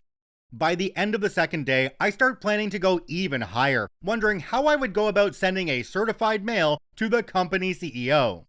Around early afternoon on the third day, we made it down the eastern slope of the Rockies through Bozeman, Montana. The roads were clear and dry, and nothing from safety telling us to stop. I was driving at the time and couldn't help but feel relieved. Montana is a beautiful state, but in that instance, it was Hades. In my mind, I imagined William Shatner saying, "Warp speed, Mr. Sulu," and gunned the accelerator down the interstate, headed for Wyoming. I managed to get us as far as the port of entry in Sheridan, Wyoming, before running out of drive time late that evening. I go inside, check in with the Wyoming DOT, and get a weather update. Y.POE staff are awesome people. They tell me that the roads are clear between there and South Dakota. First good news in a while. I show them the paperwork they ask for, stop by restroom, and head back to the truck. In the dark parking area, I see the hood of the cab rolled open, and First Kevin shining a flashlight underneath. Odd, but I think he's just checking the oil or looking for fluid leaks. It's a bit of a walk to the truck from the office. The POE has a large parking lot, and most of the closer spaces are taken up by other trucks staying for the night. I expected First Kevin to be done in a few seconds, but by the time I get to the truck, he's still underneath the cab. I can see a pair of pliers in his hand and suddenly become concerned. There was nothing wrong with the truck, and no reason he needed any kind of tool. Not that he should be trusted with one in any case. "What the hell are you doing?" I ask. First Kevin, not having heard me approach, nearly jumped out of his skin. "Oh, I was looking at something." "What?" I ask, in my not messing around tone. "I saw online how you can disable the Jake brakes. I was gonna try it," he replied. I wasn't mad. I was just absolutely fed up with this. Get in the gosh darn truck, you dumbass. And if you try that shit again, I'll make sure safety and maintenance get the video. He starts sulking but closes the hood. I climb inside and send another email update, including how he just tried to disable an integrated safety system on the truck. This is a major no-no, equal to cutting the brake lines on a car. For a split second, I was tempted to let him hang himself with that stunt, but decided not to because, given his track record, the truck would likely explode with me in it. First Kevin finally pulls out of the POE and gets us going again. I settle in the bunk because I really didn't want to talk to him anymore. It takes a while to get to sleep, partly due to First Kevin's poor driving, and partly because my brain is busy planning out strategies for my inevitable battle with First Kevin and safety. First Kevin drove through the night, managing to get through Wyoming and South Dakota, just shy of the Minnesota border. I wake up late the next morning and check my email. Nothing. Keep digging yourselves in a deeper hole, I think, while getting ready. I was beginning to think they weren't taking me seriously. Then, when he hears me stirring behind him, First Kevin yells back, "Dispatch wants us to head back to main terminal when we deliver." "Oh," I say, legitimately surprised. "Did they say why?" "No," First Kevin replied, before impatiently getting out of the truck. And so it begins, I think to myself. After Chicago, 2 of us will drive back to the terminal, but only one of us will leave. I was determined that, no matter what, I would not continue with this fool after this battle with management was over. I had been tossed around, frozen, chewed out by customers and management, deprived of sleep, and driven to the point of insanity over the past 3 months, and I was not going to put up with it any longer. If they tried to pull that "you two need to get along" crap, I would forward everything I had on them to OSHA, DOT, and any government agency I could think of. It would take no time at all to find enough dirt to bury the entire company and send half the managers to jail for negligence. I would convince my friends and family to buy stock in competitors first, of course. Fire me, and I wouldn't stop until I owned every truck in the fleet to soothe my mental and emotional distress. As for First Kevin, they would have to dig up half the shoulders on Interstate 80 to find his shallow grave. That is, if I felt gracious enough to dig one instead of making him dinner for a pack of coyotes. I had nothing to lose at this point, and I was ready for a fight. I settle into the driver's seat and set up my GPS. It was then that I noticed something odd. On the steering wheel, there are two sets of controls. The left side has the cruise control, and the right was the activation button for the engine brakes. These buttons were the recessed type with a protective rubber blister and backlit with an LED, so it can be seen in low light. The engine brake switch was damaged, not worn or dirty, but cut away. I look closely, and I can clearly see what I had been afraid of, the telltale cuts from a knife blade. It wasn't some accidental snag or wearing away from use. There were clear, distinct lines marking where the rubber blister had been cut away. The button itself was, fortunately, still intact and functioned. I pressed it and the indicator light came on. It was immediately clear that First Kevin wasn't able to remove the engine brakes. They were integrated into the engine and tried to make it so I couldn't turn them on. Too bad for him that the truck's designers decided that the engine brakes were important enough to warrant protecting the on switch. All First Kevin managed to do was give me one more nail for his coffin. Clear proof he had tried to tamper with the truck. I snapped a photo and emailed it to them, explaining this was not like this when I went off duty, and made sure the knife marks were unmistakable. First Kevin comes back on the truck after a bit. I don't mention the switch at all, but without being prompted, First Kevin demanded, "Don't use those Jake brakes." I say nothing at first, but when we leave out, I make sure they engage on the way out of the parking lot and dare him to say anything more about it. I drive all through Minnesota without stopping. Each time I have to reduce speed, I make sure to use the engine brakes.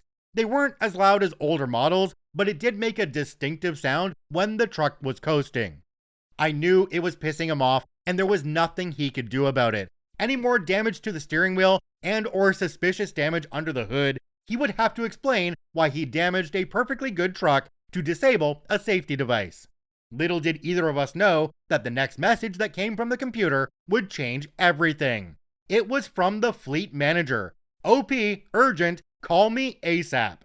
Uh-oh, I say. Sounds like all hell just broke loose. The company did not allow cell phone use while driving. Even hands-free was prohibited, and I wasn't giving First Kevin anything to use against me.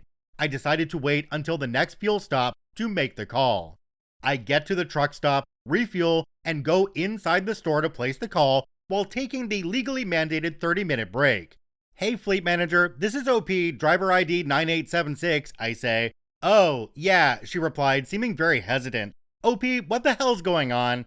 There's no point in playing dumb at this point. You can't launch the professional email equivalent of a nuclear warhead and play innocent. "You got my emails." "Yeah, I did," she replied, "and so did every department head in the company. Safety has been going apeshit over this." I really didn't want to, I say, only a half-truth. But First Kevin is getting more and more dangerous, and I can't stay in this truck with him anymore. "Actually, it's First Kevin I need to talk to you about." "Okay, what's up?" "Well, in your email, you said he had memory problems, and he said he's been in a coma for 21 days. "Yeah? Are you sure he said 21 days? "It was 21 days, I reply, leaving no room for doubt in my tone. "He has told that same story every day for 3 months, and it's always the same 21 days. "Yeah, I thought so. He told me the same thing," she claimed. What the F? She knew about this? Are you kidding me? I wanted to blow up right there, but I managed to keep my cool. "What's going on?" I asked calmly. "I'm not sure," she replied. "Safety wanted me to ask you because it struck them as odd." It was 21 days, I repeat, just to drive home the point. "Right. Alright, safety wants you guys back here right now. We'll get someone else to run the load. You just get here so we can get this mess straightened out." I was tempted to probe for more information, but I had the feeling there was nothing left to say. "Alright, I have enough hours in fuel, so we should get there tonight." "Good deal," she replied. "We'll talk tomorrow morning," and hangs up.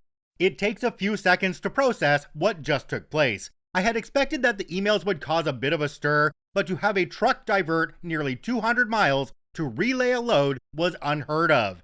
Well, I got their attention at least.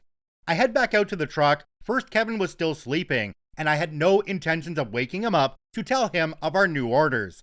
I programmed the new route into the GPS and verify it with the atlas.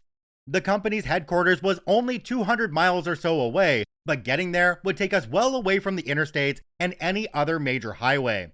It was shaping up to be a long trip along mostly narrow 2-lane highways south through Wisconsin, Nebraska, and Iowa, Idaho all over again. I then checked the weather and realized then that I had royally pissed off someone in a past life. Remember that winter storm we hit in Idaho and Montana? It was back, only now it had eaten its Wheaties and bulked up into a full-blown blizzard. Almost the entire route from the truck stop all the way to the company's main terminal was in its sights, and it had itchy trigger fingers. The National Weather Service had issued alerts for the entire area with predictions of heavy snow, high winds, and whiteout conditions. Sounds like fun, right? Under normal situations, I would have taken one look at the weather radar and said, "F that noise," told dispatch I wasn't even about to attempt that run. They could simmer for a couple of days. Unfortunately, as was the case with First Kevin, nothing was ever normal. I had to factor his stupidity into every decision I made, and this one was a very big issue. The issue boiled down to the company's weather shutdown system.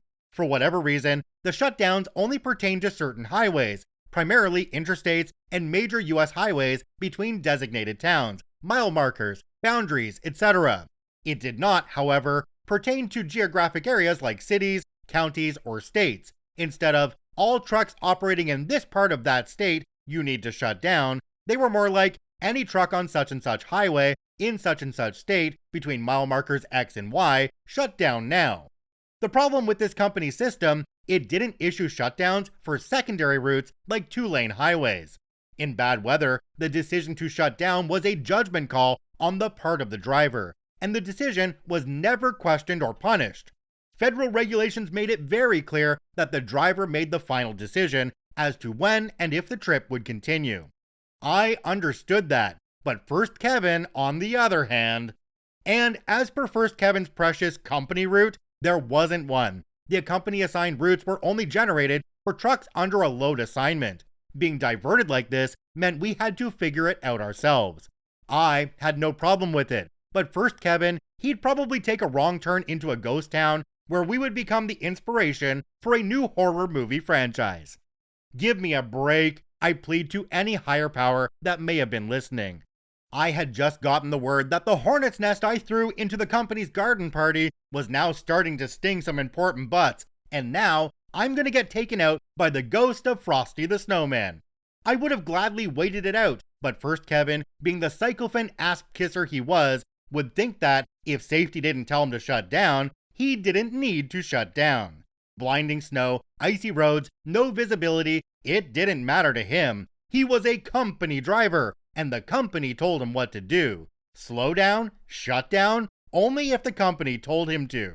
First Kevin hadn't killed us thus far, not for lack of trying, but this was just too much. I made up my mind at that point, no matter what, First Kevin would not sit in that driver's seat at all that night. He wouldn't drive the first inch during that storm, even if I had to kill him. If he took over, he would surely head down the highway at full speed, run headfirst into a total whiteout, slam on the brakes, and send us both on a one-way trip to the afterlife.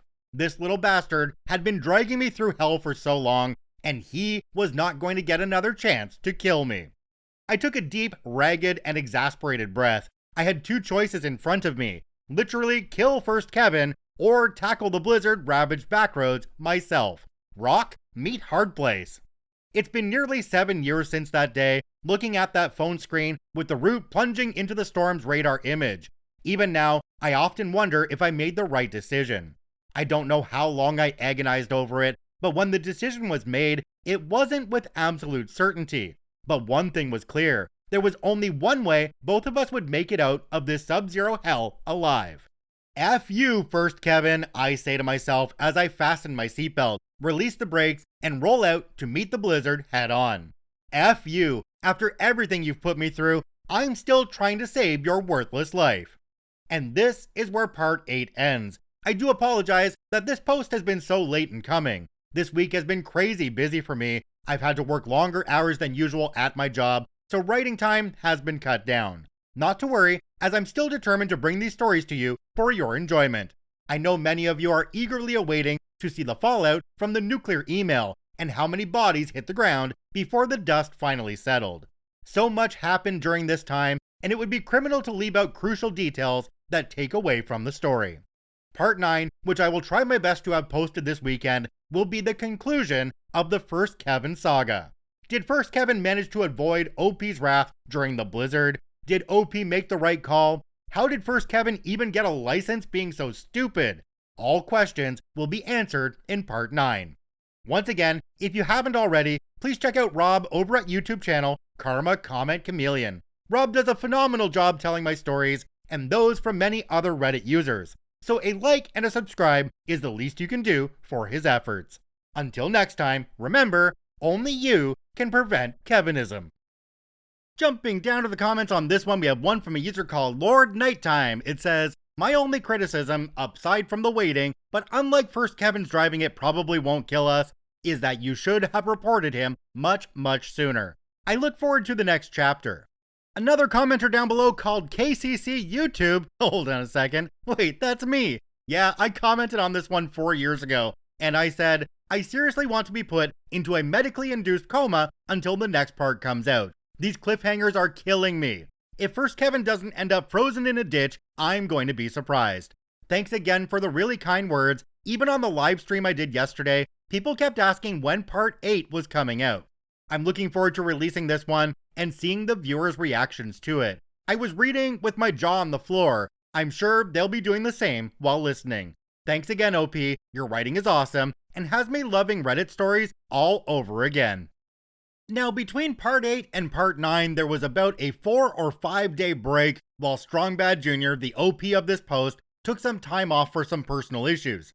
This was the longest time ever because of the cliffhanger that they left and knowing that we were going to get resolution for the story. Well, you guys don't have to wait that long because we have it right here. Let's get into Kevin in a Big Rig Part 9, Nuclear Winter. Hello everyone, and welcome back to another edition of Kevin in a Big Rig. If you haven't already, please check out all the previous posts in this series before continuing, particularly parts 2 to 7 in order to get up to speed on the story so far. So many of you have been begging for the conclusion of the first Kevin saga and have been anxiously watching Reddit and YouTube waiting for the grand finale. I know it seems like I have been intentionally tormenting you with cliffhangers, but I can assure that I'm simply trying to balance narrative content and maintaining a manageable length. Finishing with cliffhangers allows me to provide a quality story without tying up hours of your time. But this time, there will be no cliffhanger. That being said, I suggest you start reading with a full coffee cup and an empty bladder because this is going to be a long one. And so, to put an end to the suffering, let's get into Kevin in a Big Rig Part 9, Nuclear Winter. Backstory. This installment begins immediately after the events in Part 8. It wasn't long after leaving that truck stop in Wisconsin that I began regretting my decision to push on. It seemed as if the storm had been watching us since we left Lewiston and decided to lay a trap for us once we crossed back into Minnesota on that remote 2-lane highway. Every moment that passed brought heavier snowfall, falling temperatures, and winds that threatened to push the truck into the ditch and leave us stranded. Even as the sun went down and the sky turned to pitch black, there was no sign that the storm was inclined to show mercy. On the contrary, it seemed dead set on punishing me for the hell I had unleashed upon the company a few days before. Karma can be a bitch like that. I've learned that during times of life-threatening conditions beyond the control of mortal humans, people have one of two reactions. Many, unable to cope with having their fates in hands other than their own, become overwhelmed with anxiety and give in to irrational panic. Those who are unwilling to simply resign themselves to whatever fate may have in store will stop at nothing until they find a way to cheat fate long enough to make an escape. That night, I knew that giving into fear would mean more than likely ending in our deaths, and at the very least, we would be stranded in the middle of nowhere until someone dug us out of several feet of snow. Maintaining control of both myself and the truck was non-negotiable if I wanted to see the next morning. Since fear and panic would serve no purpose, I disengaged the emotional parts of my mind and relied purely on instinct, skill, and training. As the night wore on and the conditions steadily worsened, I could feel my control of the situation waning with each mile that passed by. The increasingly heavy snowfall limited visibility to a couple of dozen meters, and the wind hammered against the trailer as if it were the sail of a tall ship. The narrow roads offered very little margin for error, and the strong wind gusts required precise corrections in order to keep all 18 wheels on the asphalt. The headlights, to their credit, did their best to light the way forward, but with the combined onslaught of dense snow, both falling from the sky and being blown in front of the truck, they hampered visibility almost as often as they assisted. As visibility oscillated between meters to inches and back within the span of seconds, I had to rely on instinct and timing to keep the truck between the ditches. At times, the snow was so thick that even the beams from the headlights disappeared completely underneath a blanket of white powder. To say that I wasn't tempted to abandon the trip and take my chances with keeping First Kevin out of the seat would be a complete lie. I don't know how many suitable parking places I passed that night. Many I very nearly took advantage of, only to change my mind at the last second and push deeper into the storm. When I passed a small mom-and-pop truck stop that, in spite of the frozen tempest, was still open and offering food, shelter, and safe harbor, I was convinced that I had gone completely insane. Who in their right mind would forego sanctuary when the odds were so heavily stacked against him? That would be me, apparently. Each time the temptation of seeking shelter crossed my mind, I was immediately reminded that we were well off the beaten path as far as safety was concerned. First Kevin, completely oblivious as to what was waiting for us, wouldn't think twice before diving headfirst into the storm, until he received an order to shut down that I knew would never come. His needlessly heavy braking, teeth-rattling gear changes, and inability to drive 5 minutes without taking his eyes off the road to check his notebook would slash our chances of making it through the night from remote to non-existent.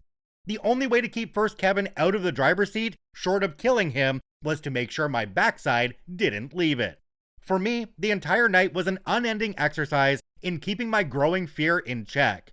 Before that night, the most terrifying situation I could remember being in was the time I was doing my solo cross-country flight as part of the training for my pilot's license. That day, I found myself alone in a small airplane, dodging an intense line of thunderstorms while being almost completely lost. I mention it here because during that long, snow-laden hell, my mind kept going back to that day of dodging thunderstorms. I made it out of that nightmare alive and arriving at my destination before the storms overtook me by sticking to my training, keeping calm, avoiding areas of limited visibility, using everything I had to find the runway and get on the ground as quickly as possible. Strange as it sounds, remembering that brush with death at the hands of Mother Nature brought me some small amount of comfort. I made it out of that death trap alive, so I could surely make it through this one. Driving through a blizzard isn't a skill they teach at the CDL school. However, the ability to operate in limited visibility on slick roads and high winds are all concepts included in the training. I had faced all 3 challenges before that night in a truck. This was simply the first time I had to deal with all 3 at once. Fortunately, all 3 problems required the same solution: slow down, maintain a stable speed, and avoid rapid changes in speed and direction. It was something that my instructors at the school, as well as my trainer, had emphasized heavily. Fortunately for me and First Kevin, I paid attention in class. I don't know exactly how long I pushed through that ice-covered nightmare. There were times when the truck felt as if it were about to give up and skid off the road, only to oblige my corrections and keep going just a bit longer. Each time I came upon a bridge or overpass, my sphincter would tighten up so quick that it felt as though my butt cheeks were biting holes into the seat. Whenever the truck dropped into a small valley, the cross-current snowdrifts resulted in a few heart-stopping moments of complete blindness until the truck climbed out through the far side. With each passing moment, a new threat presented itself, and each time, I did my best to push through. Call it skill, luck, relentless stubbornness, or divine intervention, one guess would be as good as the other. Regardless, with less than 10 miles left until reaching the company's main terminal, the blizzard had finally begun to tire itself out. The snow continued to fall in heavy sheets, but the wind had abated to a more manageable level, and the visibility improved dramatically. As the remote countryside gave way to the outermost edges of the town, white and orange streetlights revealed what resembled a post-apocalyptic cityscape. Every store, gas station, and restaurant was dark and empty, as if the entire town had been evacuated. When I finally pulled into that terminal parking lot, set the truck brakes, and put myself off duty, I didn't feel relieved or grateful. In fact, I don't remember feeling anything. I sat in the driver's seat for a good half hour, smoking a cigarette in an attempt to bring myself back from whatever trance I had fallen into. I watched the snow through the windshield while trying to come to grips with what had taken place over the past few hours. Winter had thrown everything it had at me, and despite even my own predictions, I made it out alive and in one piece. I didn't break out in tears, nor did I feel the need to shout in triumph. I was simply exhausted, mentally and physically. When the need to pee came upon me, I got out of the truck. Being late at night, all of the offices and shops were closed, but the company maintained a 24-hour restroom and shower facility at the shop for drivers camped out at the terminal. However, at the moment I needed to make use of the facility, it was closed for cleaning. That is, there was a wet floor sign in the middle of the restroom, a chain across the door, and not a single living soul inside. The floor was covered with melted snow and dirt, much like that on the bottom of my boots. No harm in soiling what's already dirty, I think. So I go inside and relieve myself. On the way out, as luck would have it, the shop assistant, who had been assigned to clean that particular restroom, came back from whatever had interrupted his job. When he saw me, he apparently took my trespass on his workspace as a personal affront. "Hey," he said, with a tone that would make any Karen jealous, "are you stupid? Can't you read the effing sign?" I, not missing a beat, reply, "Would you rather I stand at the door and piss on the floor, butthole?" I was not in any mood to deal with a bad attitude at that point. The assistant gets into a huff. "You damn drivers, I get so tired of your crap." He never finished his sentence as I, a good deal larger than him, got right in his face, looked him dead in the eye, and raised a finger in warning. "Don't F with me, craphead. Not tonight," I warn him.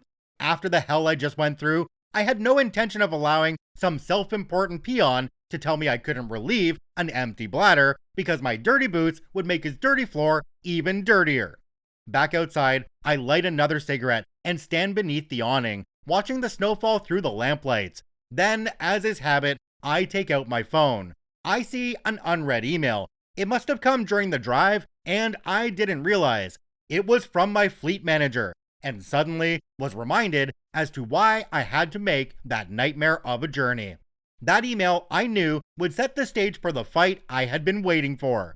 Where, when, who, and what would be involved would be outlined in that message. For the past few days, I had considered every possible contingency of the meeting and felt more than ready. In my point of view, I held all the cards and controlled the terms, any threats or attempts at coercion, and they would quickly find themselves in a world of hurt. I was ready for anything and opened the email. "OP, when you get to the terminal, move on to truck 3456 and meet with driver Bob, ID 9123, not real name. We'll send instructions in the morning, fleet manager." Okay, I wasn't ready for that. I wanted a new partner, true enough, but I had no idea they would move that quickly. I didn't know who Bob was or why I was being assigned to his truck. Maybe he did. One way to find out. I go back to the truck. First, Kevin had been asleep during the entire trip from Wisconsin to the terminal. Just as well, since any snarky comment from him during that blizzard might have been made with his last breath. Now, he was wide awake and poring over the computer. "Where are we?" he asked. I go straight to the bunk and begin packing my gear. "Main terminal. Fleet manager called me earlier and told me to get here right away. What's the deal?" At this point, I could have let him in on what he might expect. However, I believe that finding oneself in a fair fight is a sign of poor tactics. I don't know, but I've been assigned to another truck. First, Kevin said nothing. He had been completely taken by surprise and had no idea what he was likely in for. Then again, neither did I. I expected to go a few rounds with safety the next morning, and now I'm packing my bags for a new truck. First, Kevin simply got out of the truck, and I never saw him again. I packed my belongings, left my key in the glove box, and left the truck for the last time. A few moments later, I'm knocking on the door of a new truck. "Are you Bob?" I asked the driver when he answers. "Yeah," he said, rubbing his eyes since I had just woke him up. "Are you OP?" "That's me," I reply, and climb aboard. "Sorry to wake you up, we just got here." At first, this doesn't register with him. Then he realizes what I just told him. "Wait, you drove through that shit?" I take a deep breath. "Yeah, I wouldn't recommend it if you're curious." "You must be nuts," he said. "You have no idea." "I guess we're partners now," I say. Bob screws his face at me. "No," he said, confused. "My partner's waiting for me in Pennsylvania. I was supposed to leave out yesterday afternoon, but fleet manager called and told me to wait for you. I figured you'd know what the deal was." I give him the basic rundown of what happened with my now former co-driver, how I reported him to safety, and now relayed back to the main terminal. "Damn, man," he replied. "Sounds like a rough gig." Understatement of the year, I think. The next morning, the weather had broken. The sky was dull and threatened to bring more snow, but the wind had dulled to a gentle breeze. As soon as she was in the office, fleet manager gave me a call. "Hey OP," she said, sounding a bit nervous. "Where are you guys at?" "Sitting in the yard." "Wait," she replied, sounding a little confused. "You made it in last night?" "Sure did." "What in God's name possessed you to drive through that storm?" I take a deep breath. It would be best if I don't elaborate on that point. She wanted to press for more information, but decided not to. Did you meet up with Bob and move to his truck?" "Sure did. What's the deal?" "You and Bob are going to take a load to the terminal in Pennsylvania. His co-driver will meet him there. I'm going to have you pick up another truck and we'll go from there." "Okay," I respond cautiously. "Am I going to meet my new co-driver up there too?" "No, we haven't found one for you yet. Just check in with me when you get there and we'll see what happens." "No problem."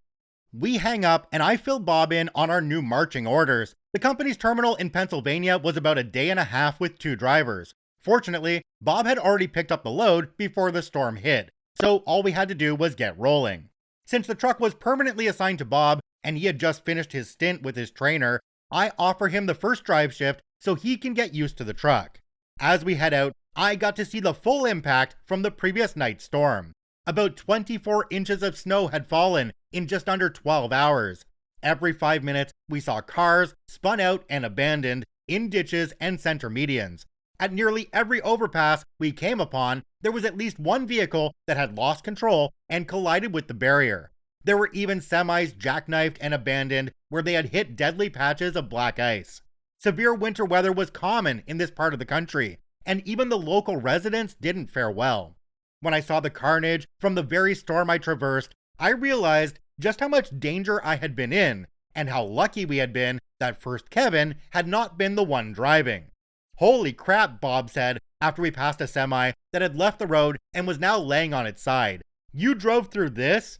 I take a deep breath. Yep. For being an inexperienced driver, Bob knew his stuff. For the first time since I finished my time with my trainer, I was riding with someone who actually knew what the heck they were doing. I had known Bob for only a few hours, but I felt more comfortable with him at the wheel than I ever did with first Kevin, and I told him as much. We top off the tanks at the first fuel stop, I grab a bite of breakfast, and head back to the bunk to rest up for my night shift. The rest of the trip to Pennsylvania, I'm happy to say, was uneventful. When Bob and I arrive at the Pennsylvania terminal, we say our goodbyes and I go sign out my new truck. I move aboard, store my belongings, and log into the computer before sending a message to Fleet Manager that I'm ready to go. An hour later, she sends me a load, pick up the next morning from a nearby shipper with delivery in Missouri. She says to expect a diversion back to the main terminal along the way, but she will let me know for sure before the time comes. I confirm the instructions and set the computer aside. For a long time, I sat in the driver's seat and looked around the truck. I was all alone. First Kevin was 1,000 miles away, and for the time being at least, I had won a battle with management before it had even started. And then, for a reason I can't fully explain, I started to laugh.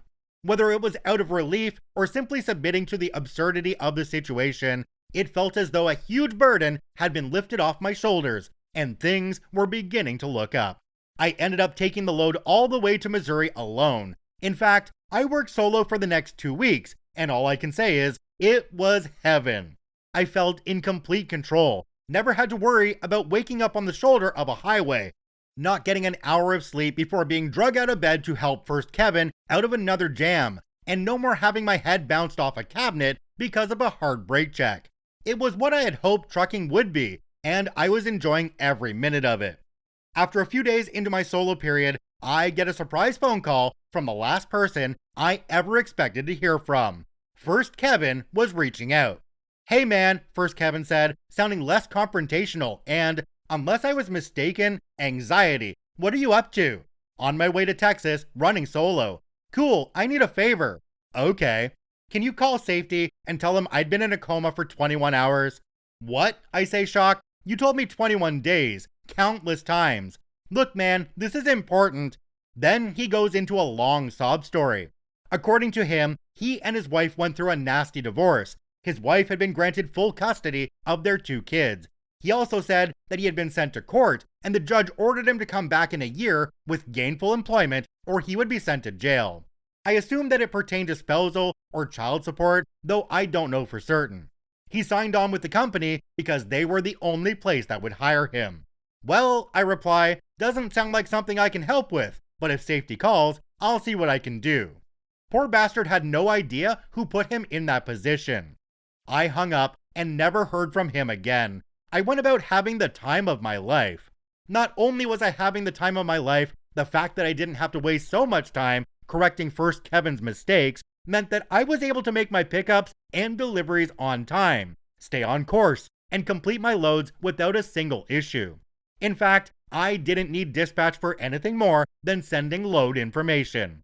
I didn't even talk to Fleet Manager for a week and a half before she called me out of the blue. "Hey OP," she said, sounding a little curious. "How's everything going?"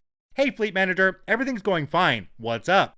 "Oh, nothing," she replied, relieved and now sounding rather chipper. "I haven't heard from you in a while." "Well," I say, trying to make it clear I was joking. "No offense, but I haven't needed to call you." "That's good to hear. When you and First Kevin were together, he was calling me about once a day, needing directions, getting lost." "Well, I'm not First Kevin." "No, you're not. Anyway, I'm gonna work on getting you home for a few days. I found you a co-driver, and I'm gonna have you pick him up when you come back to work. He doesn't live too far from you." I'll admit, I was disappointed by this news. I was thoroughly enjoying being on my own, but I also knew that solo assignments didn't last long. The company relied on expedited freight, loads with tight deadlines that required 2 drivers to make on-time delivery. Running solo was only allowed as a short-term measure to allow trucks to keep working until a second driver could be found. A few days after the phone call from Fleet Manager, I go home and spend 4 days sleeping in my own bed, sitting on my couch, and watching my TV. Sounds pretty boring, I know, but after 3 months of hell with First Kevin, there was nowhere else I wanted to be. The 4 days passed all too quickly, and I was assigned to head back out on the road. I met up with my second co-driver, we'll call him New Guy.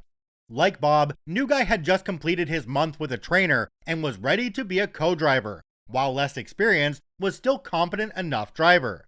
There's not much more I can say about New Guy. He and I were only partners for a couple of months before he decided to leave for a better job. He wasn't under the same contract as me, and I didn't blame him for leaving, so we parted on good terms. By now, you're probably wondering, what happened to First Kevin? When did you and Safety have the battle royale? How much damage did the nuclear email actually do? Truth is, I was asking myself those very same questions for the 2.5 months between the last time I saw First Kevin and the time New Guy went on to greener pastures. I decided not to pry, thinking my little nuclear attack probably painted a target on my back, and discretion was the better part of valor. After all, I got what I wanted. First Kevin was long gone as far as I was concerned, and no matter what he did, he was someone else's problem. Was I curious? Sure, just not enough to stretch my neck and find out. When New Guy left, I found myself back in the same position I had been in before. No suitable co-driver was available. By this time, the company had begun to crack down on solo drivers, and I was routed back to the main terminal until something could be figured out. The day I arrived back at the main terminal, I meet with Fleet Manager to go over my options. Before that, however, she pulls me into another office with the safety director. When I see the name plaque on the door, a cold chill ran up my spine. It wasn't the battle I had been waiting for. In fact, the reason they wanted to meet me had nothing to do with the nuclear email. They offered me a promotion to lead driver. At first, I wasn't sure that I wanted to deal with more idiot drivers after barely surviving First Kevin, but the only other option was to bounce from truck to truck until a permanent co-driver could be found, a prospect I found equally uncomfortable. I asked for a little time to think about it, and they oblige. I gave my old trainer a call to get his advice. My trainer and I stay in touch to this day and became good friends. He suggested I go for it since I would be the boss and could, within reason, boot a bad student off the truck if he proved to be too dangerous. I hadn't considered that and ultimately decided to take the job. Later that afternoon, I was back in Fleet Manager's office getting paperwork ready for my new job. While we were waiting for safety to approve the promotion, I decided to ask, "What's First Kevin been up to?" Fleet Manager buries her face in her hands. Those 5 words had reopened a nasty wound. Trying to control her frustration, she told me what happened after I left with Bob to Pennsylvania. While I was sent on what was a vacation by comparison, First Kevin had been tasked with completing the load we had picked up in Lewiston. However, in typical First Kevin fashion, he got lost almost as soon as he left the terminal. He had gotten so far off course that the GPS locator on the truck couldn't even be found by dispatch. It took him an entire day to get back on track, only to do the exact same thing twice before finally making the delivery 2 days late. The next day, they sent him another load assignment, but had to cancel it because he couldn't find the pickup location, despite the fact it was less than a mile away. It was at that point that safety decided to pull him back in until they could get to the bottom of the situation. When he got lost again on the way back, they had him leave the truck in a truck stop and catch a ride with another truck. Why did they send him back out after the nuclear email? Well, I never got a solid confirmation. The rumor is that the safety department used it as an experiment just to see if my claims had any merit. Needless to say, they found out real quick I wasn't BSing them. If they didn't believe that First Kevin was a menace before, they couldn't deny it now. The question was, what to do with him? They pulled First Kevin in for a meeting to get to the bottom of the issue. When asked about why he kept getting lost, he maintained that he was following the company route. They then asked about why he couldn't find a shipper less than a mile away, and he said he was waiting for the company to send directions. As the meeting wore on, First Kevin became more and more worrisome. In his opinion, it was the job of the dispatch office to tell him every move to make. Something that's utterly impossible since one dispatcher was often charged with dozens of other trucks and couldn't be expected to babysit each one of them. Drivers have to be able to work out issues for themselves and think on their feet when problems arise. First Kevin wasn't able to be independent, and whenever the situation required it of him, he ended up in trouble. Everything that took place led to one irrefutable conclusion: First Kevin was either medically or mentally unfit to operate a commercial vehicle. They had dug into the claim about the 21-day coma, but found no mention of it in his paperwork. Despite the fact that 2 credible witnesses provided corroborating accounts, it wasn't in his file. When they questioned him, he denied it at first, but a brief investigation discovered the truth. It was a 21-day coma. How did First Kevin manage to slip through the cracks, get a CDL, and go on 4 months before getting caught? In simple terms, he lied. In order to get a CDL, one must have a DOT medical certificate. Part of the process of getting that certificate is completing a rather lengthy questionnaire about medical history, drug or alcohol dependency, illnesses, medical conditions, etc. One of these questions asks the applicant to describe any brain or neurological injury or condition. Another, more generic and subjective question asked if the applicant had any other condition that would interfere with the safe operation of a commercial motor vehicle. First Kevin, like all other new hires, received a DOT physical soon after he arrived at the training facility, where he filled out the questionnaire form, a form that is controlled by the federal government and, per regulation, the company retained on file. As it happened, first Kevin had not told the medical examiner about the coma. When they asked him about it, he had tried to backpedal and say it was 21 hours. But when they checked his medical records, I don't know how they did this without violating confidentiality laws, they learned that it was, in fact, 21 days. And with that, first Kevin's fate was sealed. He had lied on a government document and obtained a medical certificate and CDL through fraudulent means. After realizing this, the company had no choice but to report the incident to the Department of Transportation. The DOT, in turn, revoked first Kevin's medical certificate, rendering his CDL invalid.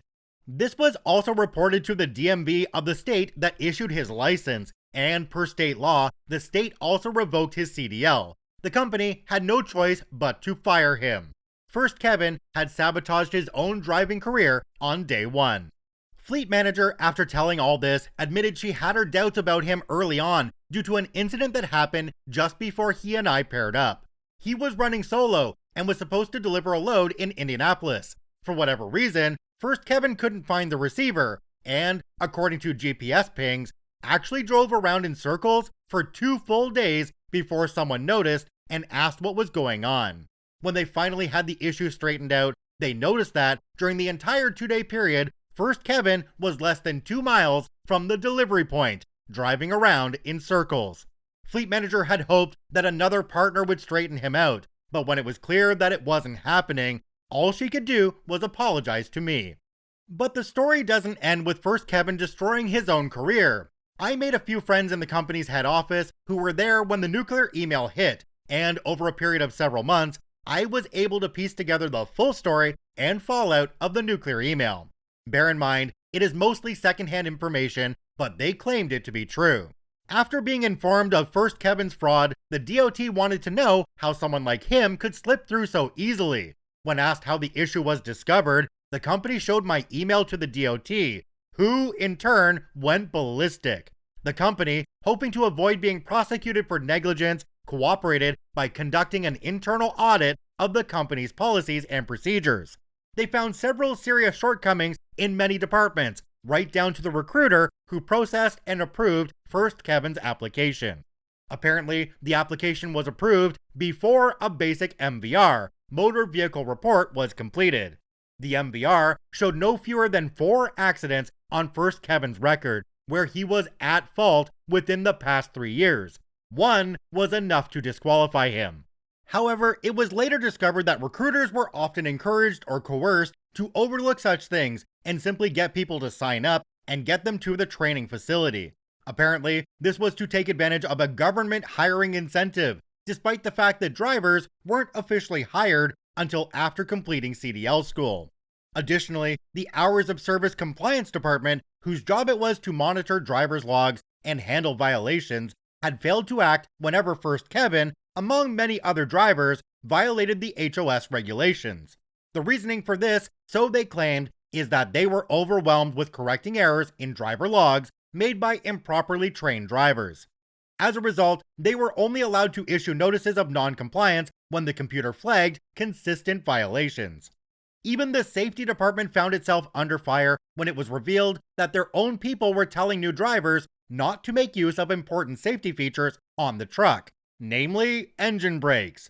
This became such a concern that, according to rumor, safety director himself sat in on a new hire orientation and, upon hearing the presenter actively discourage the use of engine brakes, removed the presenter from the class on the spot and demanded the orientation course be overhauled as soon as possible. In the end, it came down to the safety personnel being reminded that they were not drivers and had no business giving their opinions in place of facts. The last department to take a major hit was training. After reviewing the company's accident history, it became very clear that many new drivers were not properly trained in several key areas. In order to shorten their time at the training facility, the company preferred to teach students the bare minimum to pass the CDL test and rely on lead drivers to fill in the gaps. The problem with this system was that there was very little in the way of a standardized rubric by which a student driver's skills could be assessed. Essentially, lead drivers were left to their own devices when training students. Whether or not the student passed or failed was, for the most part, dependent on the lead driver's subjective assessment. There were other issues that were uncovered during the audit that are quite technical, but suffice to say, the company had a lot of problems that needed to be fixed and quick. Despite this, the DOT agreed to withhold prosecution under the condition that the problems were to be fixed within a set period of time. I heard rumors that a few people were fired due to negligence, but I have no way of confirming that. I can only assume that things improved because the company is still in operation to this day. As for me, I finished out my 8-month contract as lead driver. When the contract was fulfilled, I leased a truck under the company's independent contractor program in order to make more money. That was the idea, at least. I did that for several months before growing tired of their mismanagement and left to work for another company. I drove long haul for another year before deciding to move into sectors that allowed me to have more of a life outside of a truck cab. Today, I'm fortunate to work for a fantastic outfit that really appreciates its employees and allows me to be home every night and on weekends. As for the fate of First Kevin, I can't say with any real certainty. Despite everything, I don't hate him. I hope he was able to get the help he needed and turn his life around. If so, then at least some good would have come of everything that happened. And with that, the saga of First Kevin comes to an end. For those of you that have followed this story since the beginning, I honestly hope that you don't find this ending a disappointment and worth the time and torturous cliffhangers I, albeit reluctantly, have subjected you to. On a serious note, while I used humor to lighten the tone of previous episodes, I would be remiss if I did not remind you that these stories are all true, and the 3-month period in which the bulk of this story takes place was anything but humorous. If reading about the trip through the blizzard was terrifying, imagine feeling that way each night before you went to bed, and you would have some idea of what I really endured 7 years ago. But the nightmare is long over, and sharing these stories with you wonderful people has helped me put to rest a dark chapter of my life that I wasn't aware still haunted me. If you haven't done so, please check out my man Rob over at YouTube channel Karma Comment Chameleon. Rob has covered this entire series, and his narration is top notch. Until next time, dear readers, remember, if someone offers you a Kevin, just say no. It has been an absolute joy to narrate this story again 4 years after I initially did it, and after it was initially posted by Strong Bad Jr. to Reddit. Oh my gosh, this story still makes my heart rate go up and still makes me hold my breath because OP is just such an amazing writer. Now, a year after OP posted this story, they came back to Reddit and posted another story about a Kevin in a big rig. And so, we're going to read that one here now as a bonus story. This one is called Kevin in a Big Rig, OP versus Dispatch. Hello everyone, Strong Bad Jr. here. I know it's been a long time since I posted an installment of Kevin in a Big Rig. However, my real life has had quite a few major milestones in a relatively short period of time. Just a quick rundown: got married, quit my job, going back to school, and bought a house. I'm actually writing this while the missus thinks I should be working. So without further ado, let's get right to it. Kevin in a Big Rig, OP versus Dispatch. And before you ask, no cliffhanger.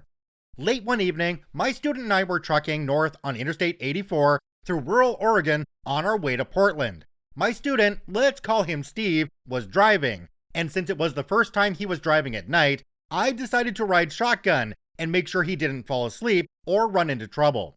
To Steve's credit, he was doing quite well for a rookie. While going through a rocky area, I explained to Steve that at night he had to be aware of sharp curves in the road, since taking one too fast could cause him to lose control and flip the truck over. He was still doing fine, slowing down before the curve and keeping the truck in the lane. When the road went through a narrow, rocky cutout, I was explaining to Steve that things such as boulders or stalled vehicles could be a hazard on a road with narrow shoulders. Just then, as if on cue, I saw something very close to the road. It wasn't a rock or a vehicle, it was a deer. Steve saw it too, and I could feel him start to tense up. Just relax, I told him calmly. Slow down, keep an eye on him, and whatever you do, don't swerve. Steve nodded and backed off the accelerator as we got closer. The deer was grazing, and my hope was that it would keep on doing so as we passed. In my experience, deer that graze near major highways tend to be comfortable doing so, and are not likely to bolt out in front of you. As it happened, this deer wasn't as comfortable as I expected. With less than 20 feet between us, the deer panicked and ran right in front of the truck. "Whoa, whoa," I said, signaling with my hand for Steven to start braking, which he did perfectly. Unfortunately for the deer, a fully loaded semi doesn't stop quickly, and I felt a thud as the animal struck the front of the truck. "Damn it," I swore as the truck jarred. I looked over at Steven, who, while rightly nervous, was still firmly in control. "Pull over," I told him, "get us off the road as much as you can, and turn on the flashers. I'll check the damage." Steven nodded, pulled off on the extremely narrow shoulder, and set the brakes. I grabbed my flashlight, jumped out, expecting the worst. Hitting a deer with a truck was always a crapshoot. Shattered hoods from the impact, flat tires from antlers, I've even seen ruptured coolant hoses. In other words, it's always best to check the truck out after hitting a deer. I checked the hood first, expecting a smashed grille or, at the very least, a destroyed bumper. To my surprise, the only obvious damage was a busted headlight and a few small chips in the paint. Both front tires were still inflated, and there was no fluid leaking from the engine. "Way to go, Steve-O," I said to myself. Steve had done exactly what he was taught. Avoid hitting the deer if possible, but if hitting the deer isn't avoidable, hit it as slowly as possible to minimize damage. I checked out the rest of the truck, looking for flat tires, broken lights, anything that might keep us from going on towards Portland. I then tried to find the deer, not wanting to leave a large animal carcass on the interstate that would take out an unwary Prius, but it was nowhere to be seen. Since it obviously wasn't in the middle of the road, I decided to get moving along. I climbed back into the truck and Steve was still in the driver's seat, sweating bullets despite the 20-degree temperature outside. "Oh man," Steve said, barely holding back the tears, "I'm gonna get fired." Steve was barely into his second week, and any safety violation could lead to termination. However, as his trainer, I had decided what constituted a safety violation. "You're not getting fired, Steve," I reassured him. "Look, you hit a deer, it happens, but you did everything right. You slowed down, you kept the truck right side up, and the damage isn't bad." Steve was a little relieved. "Don't we have to report this?" "Yeah, I'll take care of it," I replied, taking the computer. "There's a rest area about 20 miles up the road. Get us there, and we'll call it a night." Steve looked out the windshield and noticed the headlight. Can we drive with a headlight out?" "Legally, we can't begin a trip with a damaged headlight," I explained, "but the damage occurred in transit, and since the truck is still mechanically drivable, we have to continue until we can find a safe, legal place to stop." "Oh, right," Steve said, and finally started to relax. He released the brakes and got us moving again while I sent our report to dispatch. I made sure my description of the accident painted Steve in the best possible light. Steve had a rough first week, and I could tell he was very nervous. Like me, he had taken a huge risk by quitting his old job and becoming a truck driver. I knew of several trainers in the company that would have read the riot act to him and put him off the truck. While I had a reputation for breaking less committed students, I was equally known for being fair and having my rookies back when they deserved it. By the time we got to the rest area, I had sent a report to dispatch and informed them we'd be shutting down until the morning. I instructed them to inform maintenance to make arrangements with a shop I knew of along our route to get a replacement headlight the next morning. I also read the report aloud for Steve's sake so he would know that I wasn't going to throw him under the bus. The next morning, I took over and drove us to the repair shop. Fortunately, the weather was clear, so the headlights weren't needed. The drive was uneventful, but that would prove to be the only uneventful part of the day. I pulled into the shop, conveniently located at a truck stop, and checked in with the front desk. To no one's surprise, the maintenance department had completely dropped the ball and failed to make the arrangements. To make matters worse, the shop didn't have a replacement headlight in stock, and given that it was a Sunday, they wouldn't be able to get one until the next morning.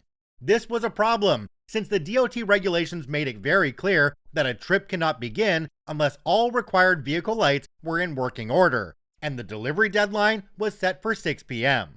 I went back to the truck and filled Steve in on the situation. I had already decided to use this as a teaching moment for Steve about handling maintenance situations.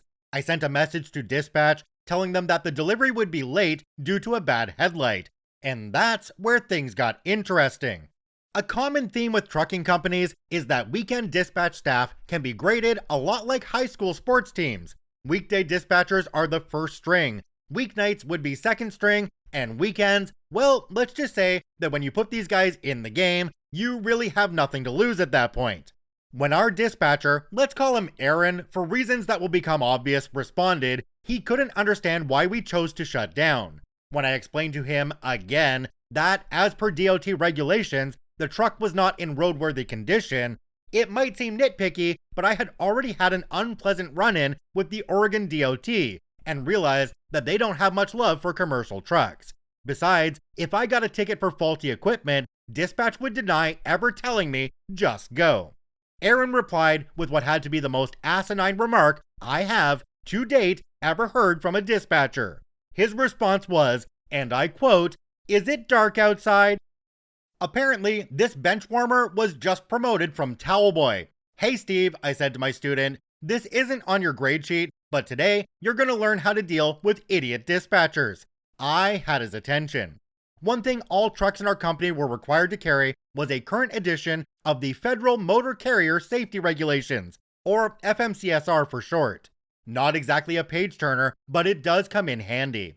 I wrote a reply to Aaron, telling him that, as the driver of the vehicle, I felt that the damaged headlight violated regulations, and, therefore, we were down until it could be repaired. In an attempt to be diplomatic, I told him that once the headlight arrived, I could replace it myself in a few minutes, instead of waiting hours for an open spot at the shop. Aaron, however, didn't like that. "You have to deliver the load today. You don't need to wait for a new headlight."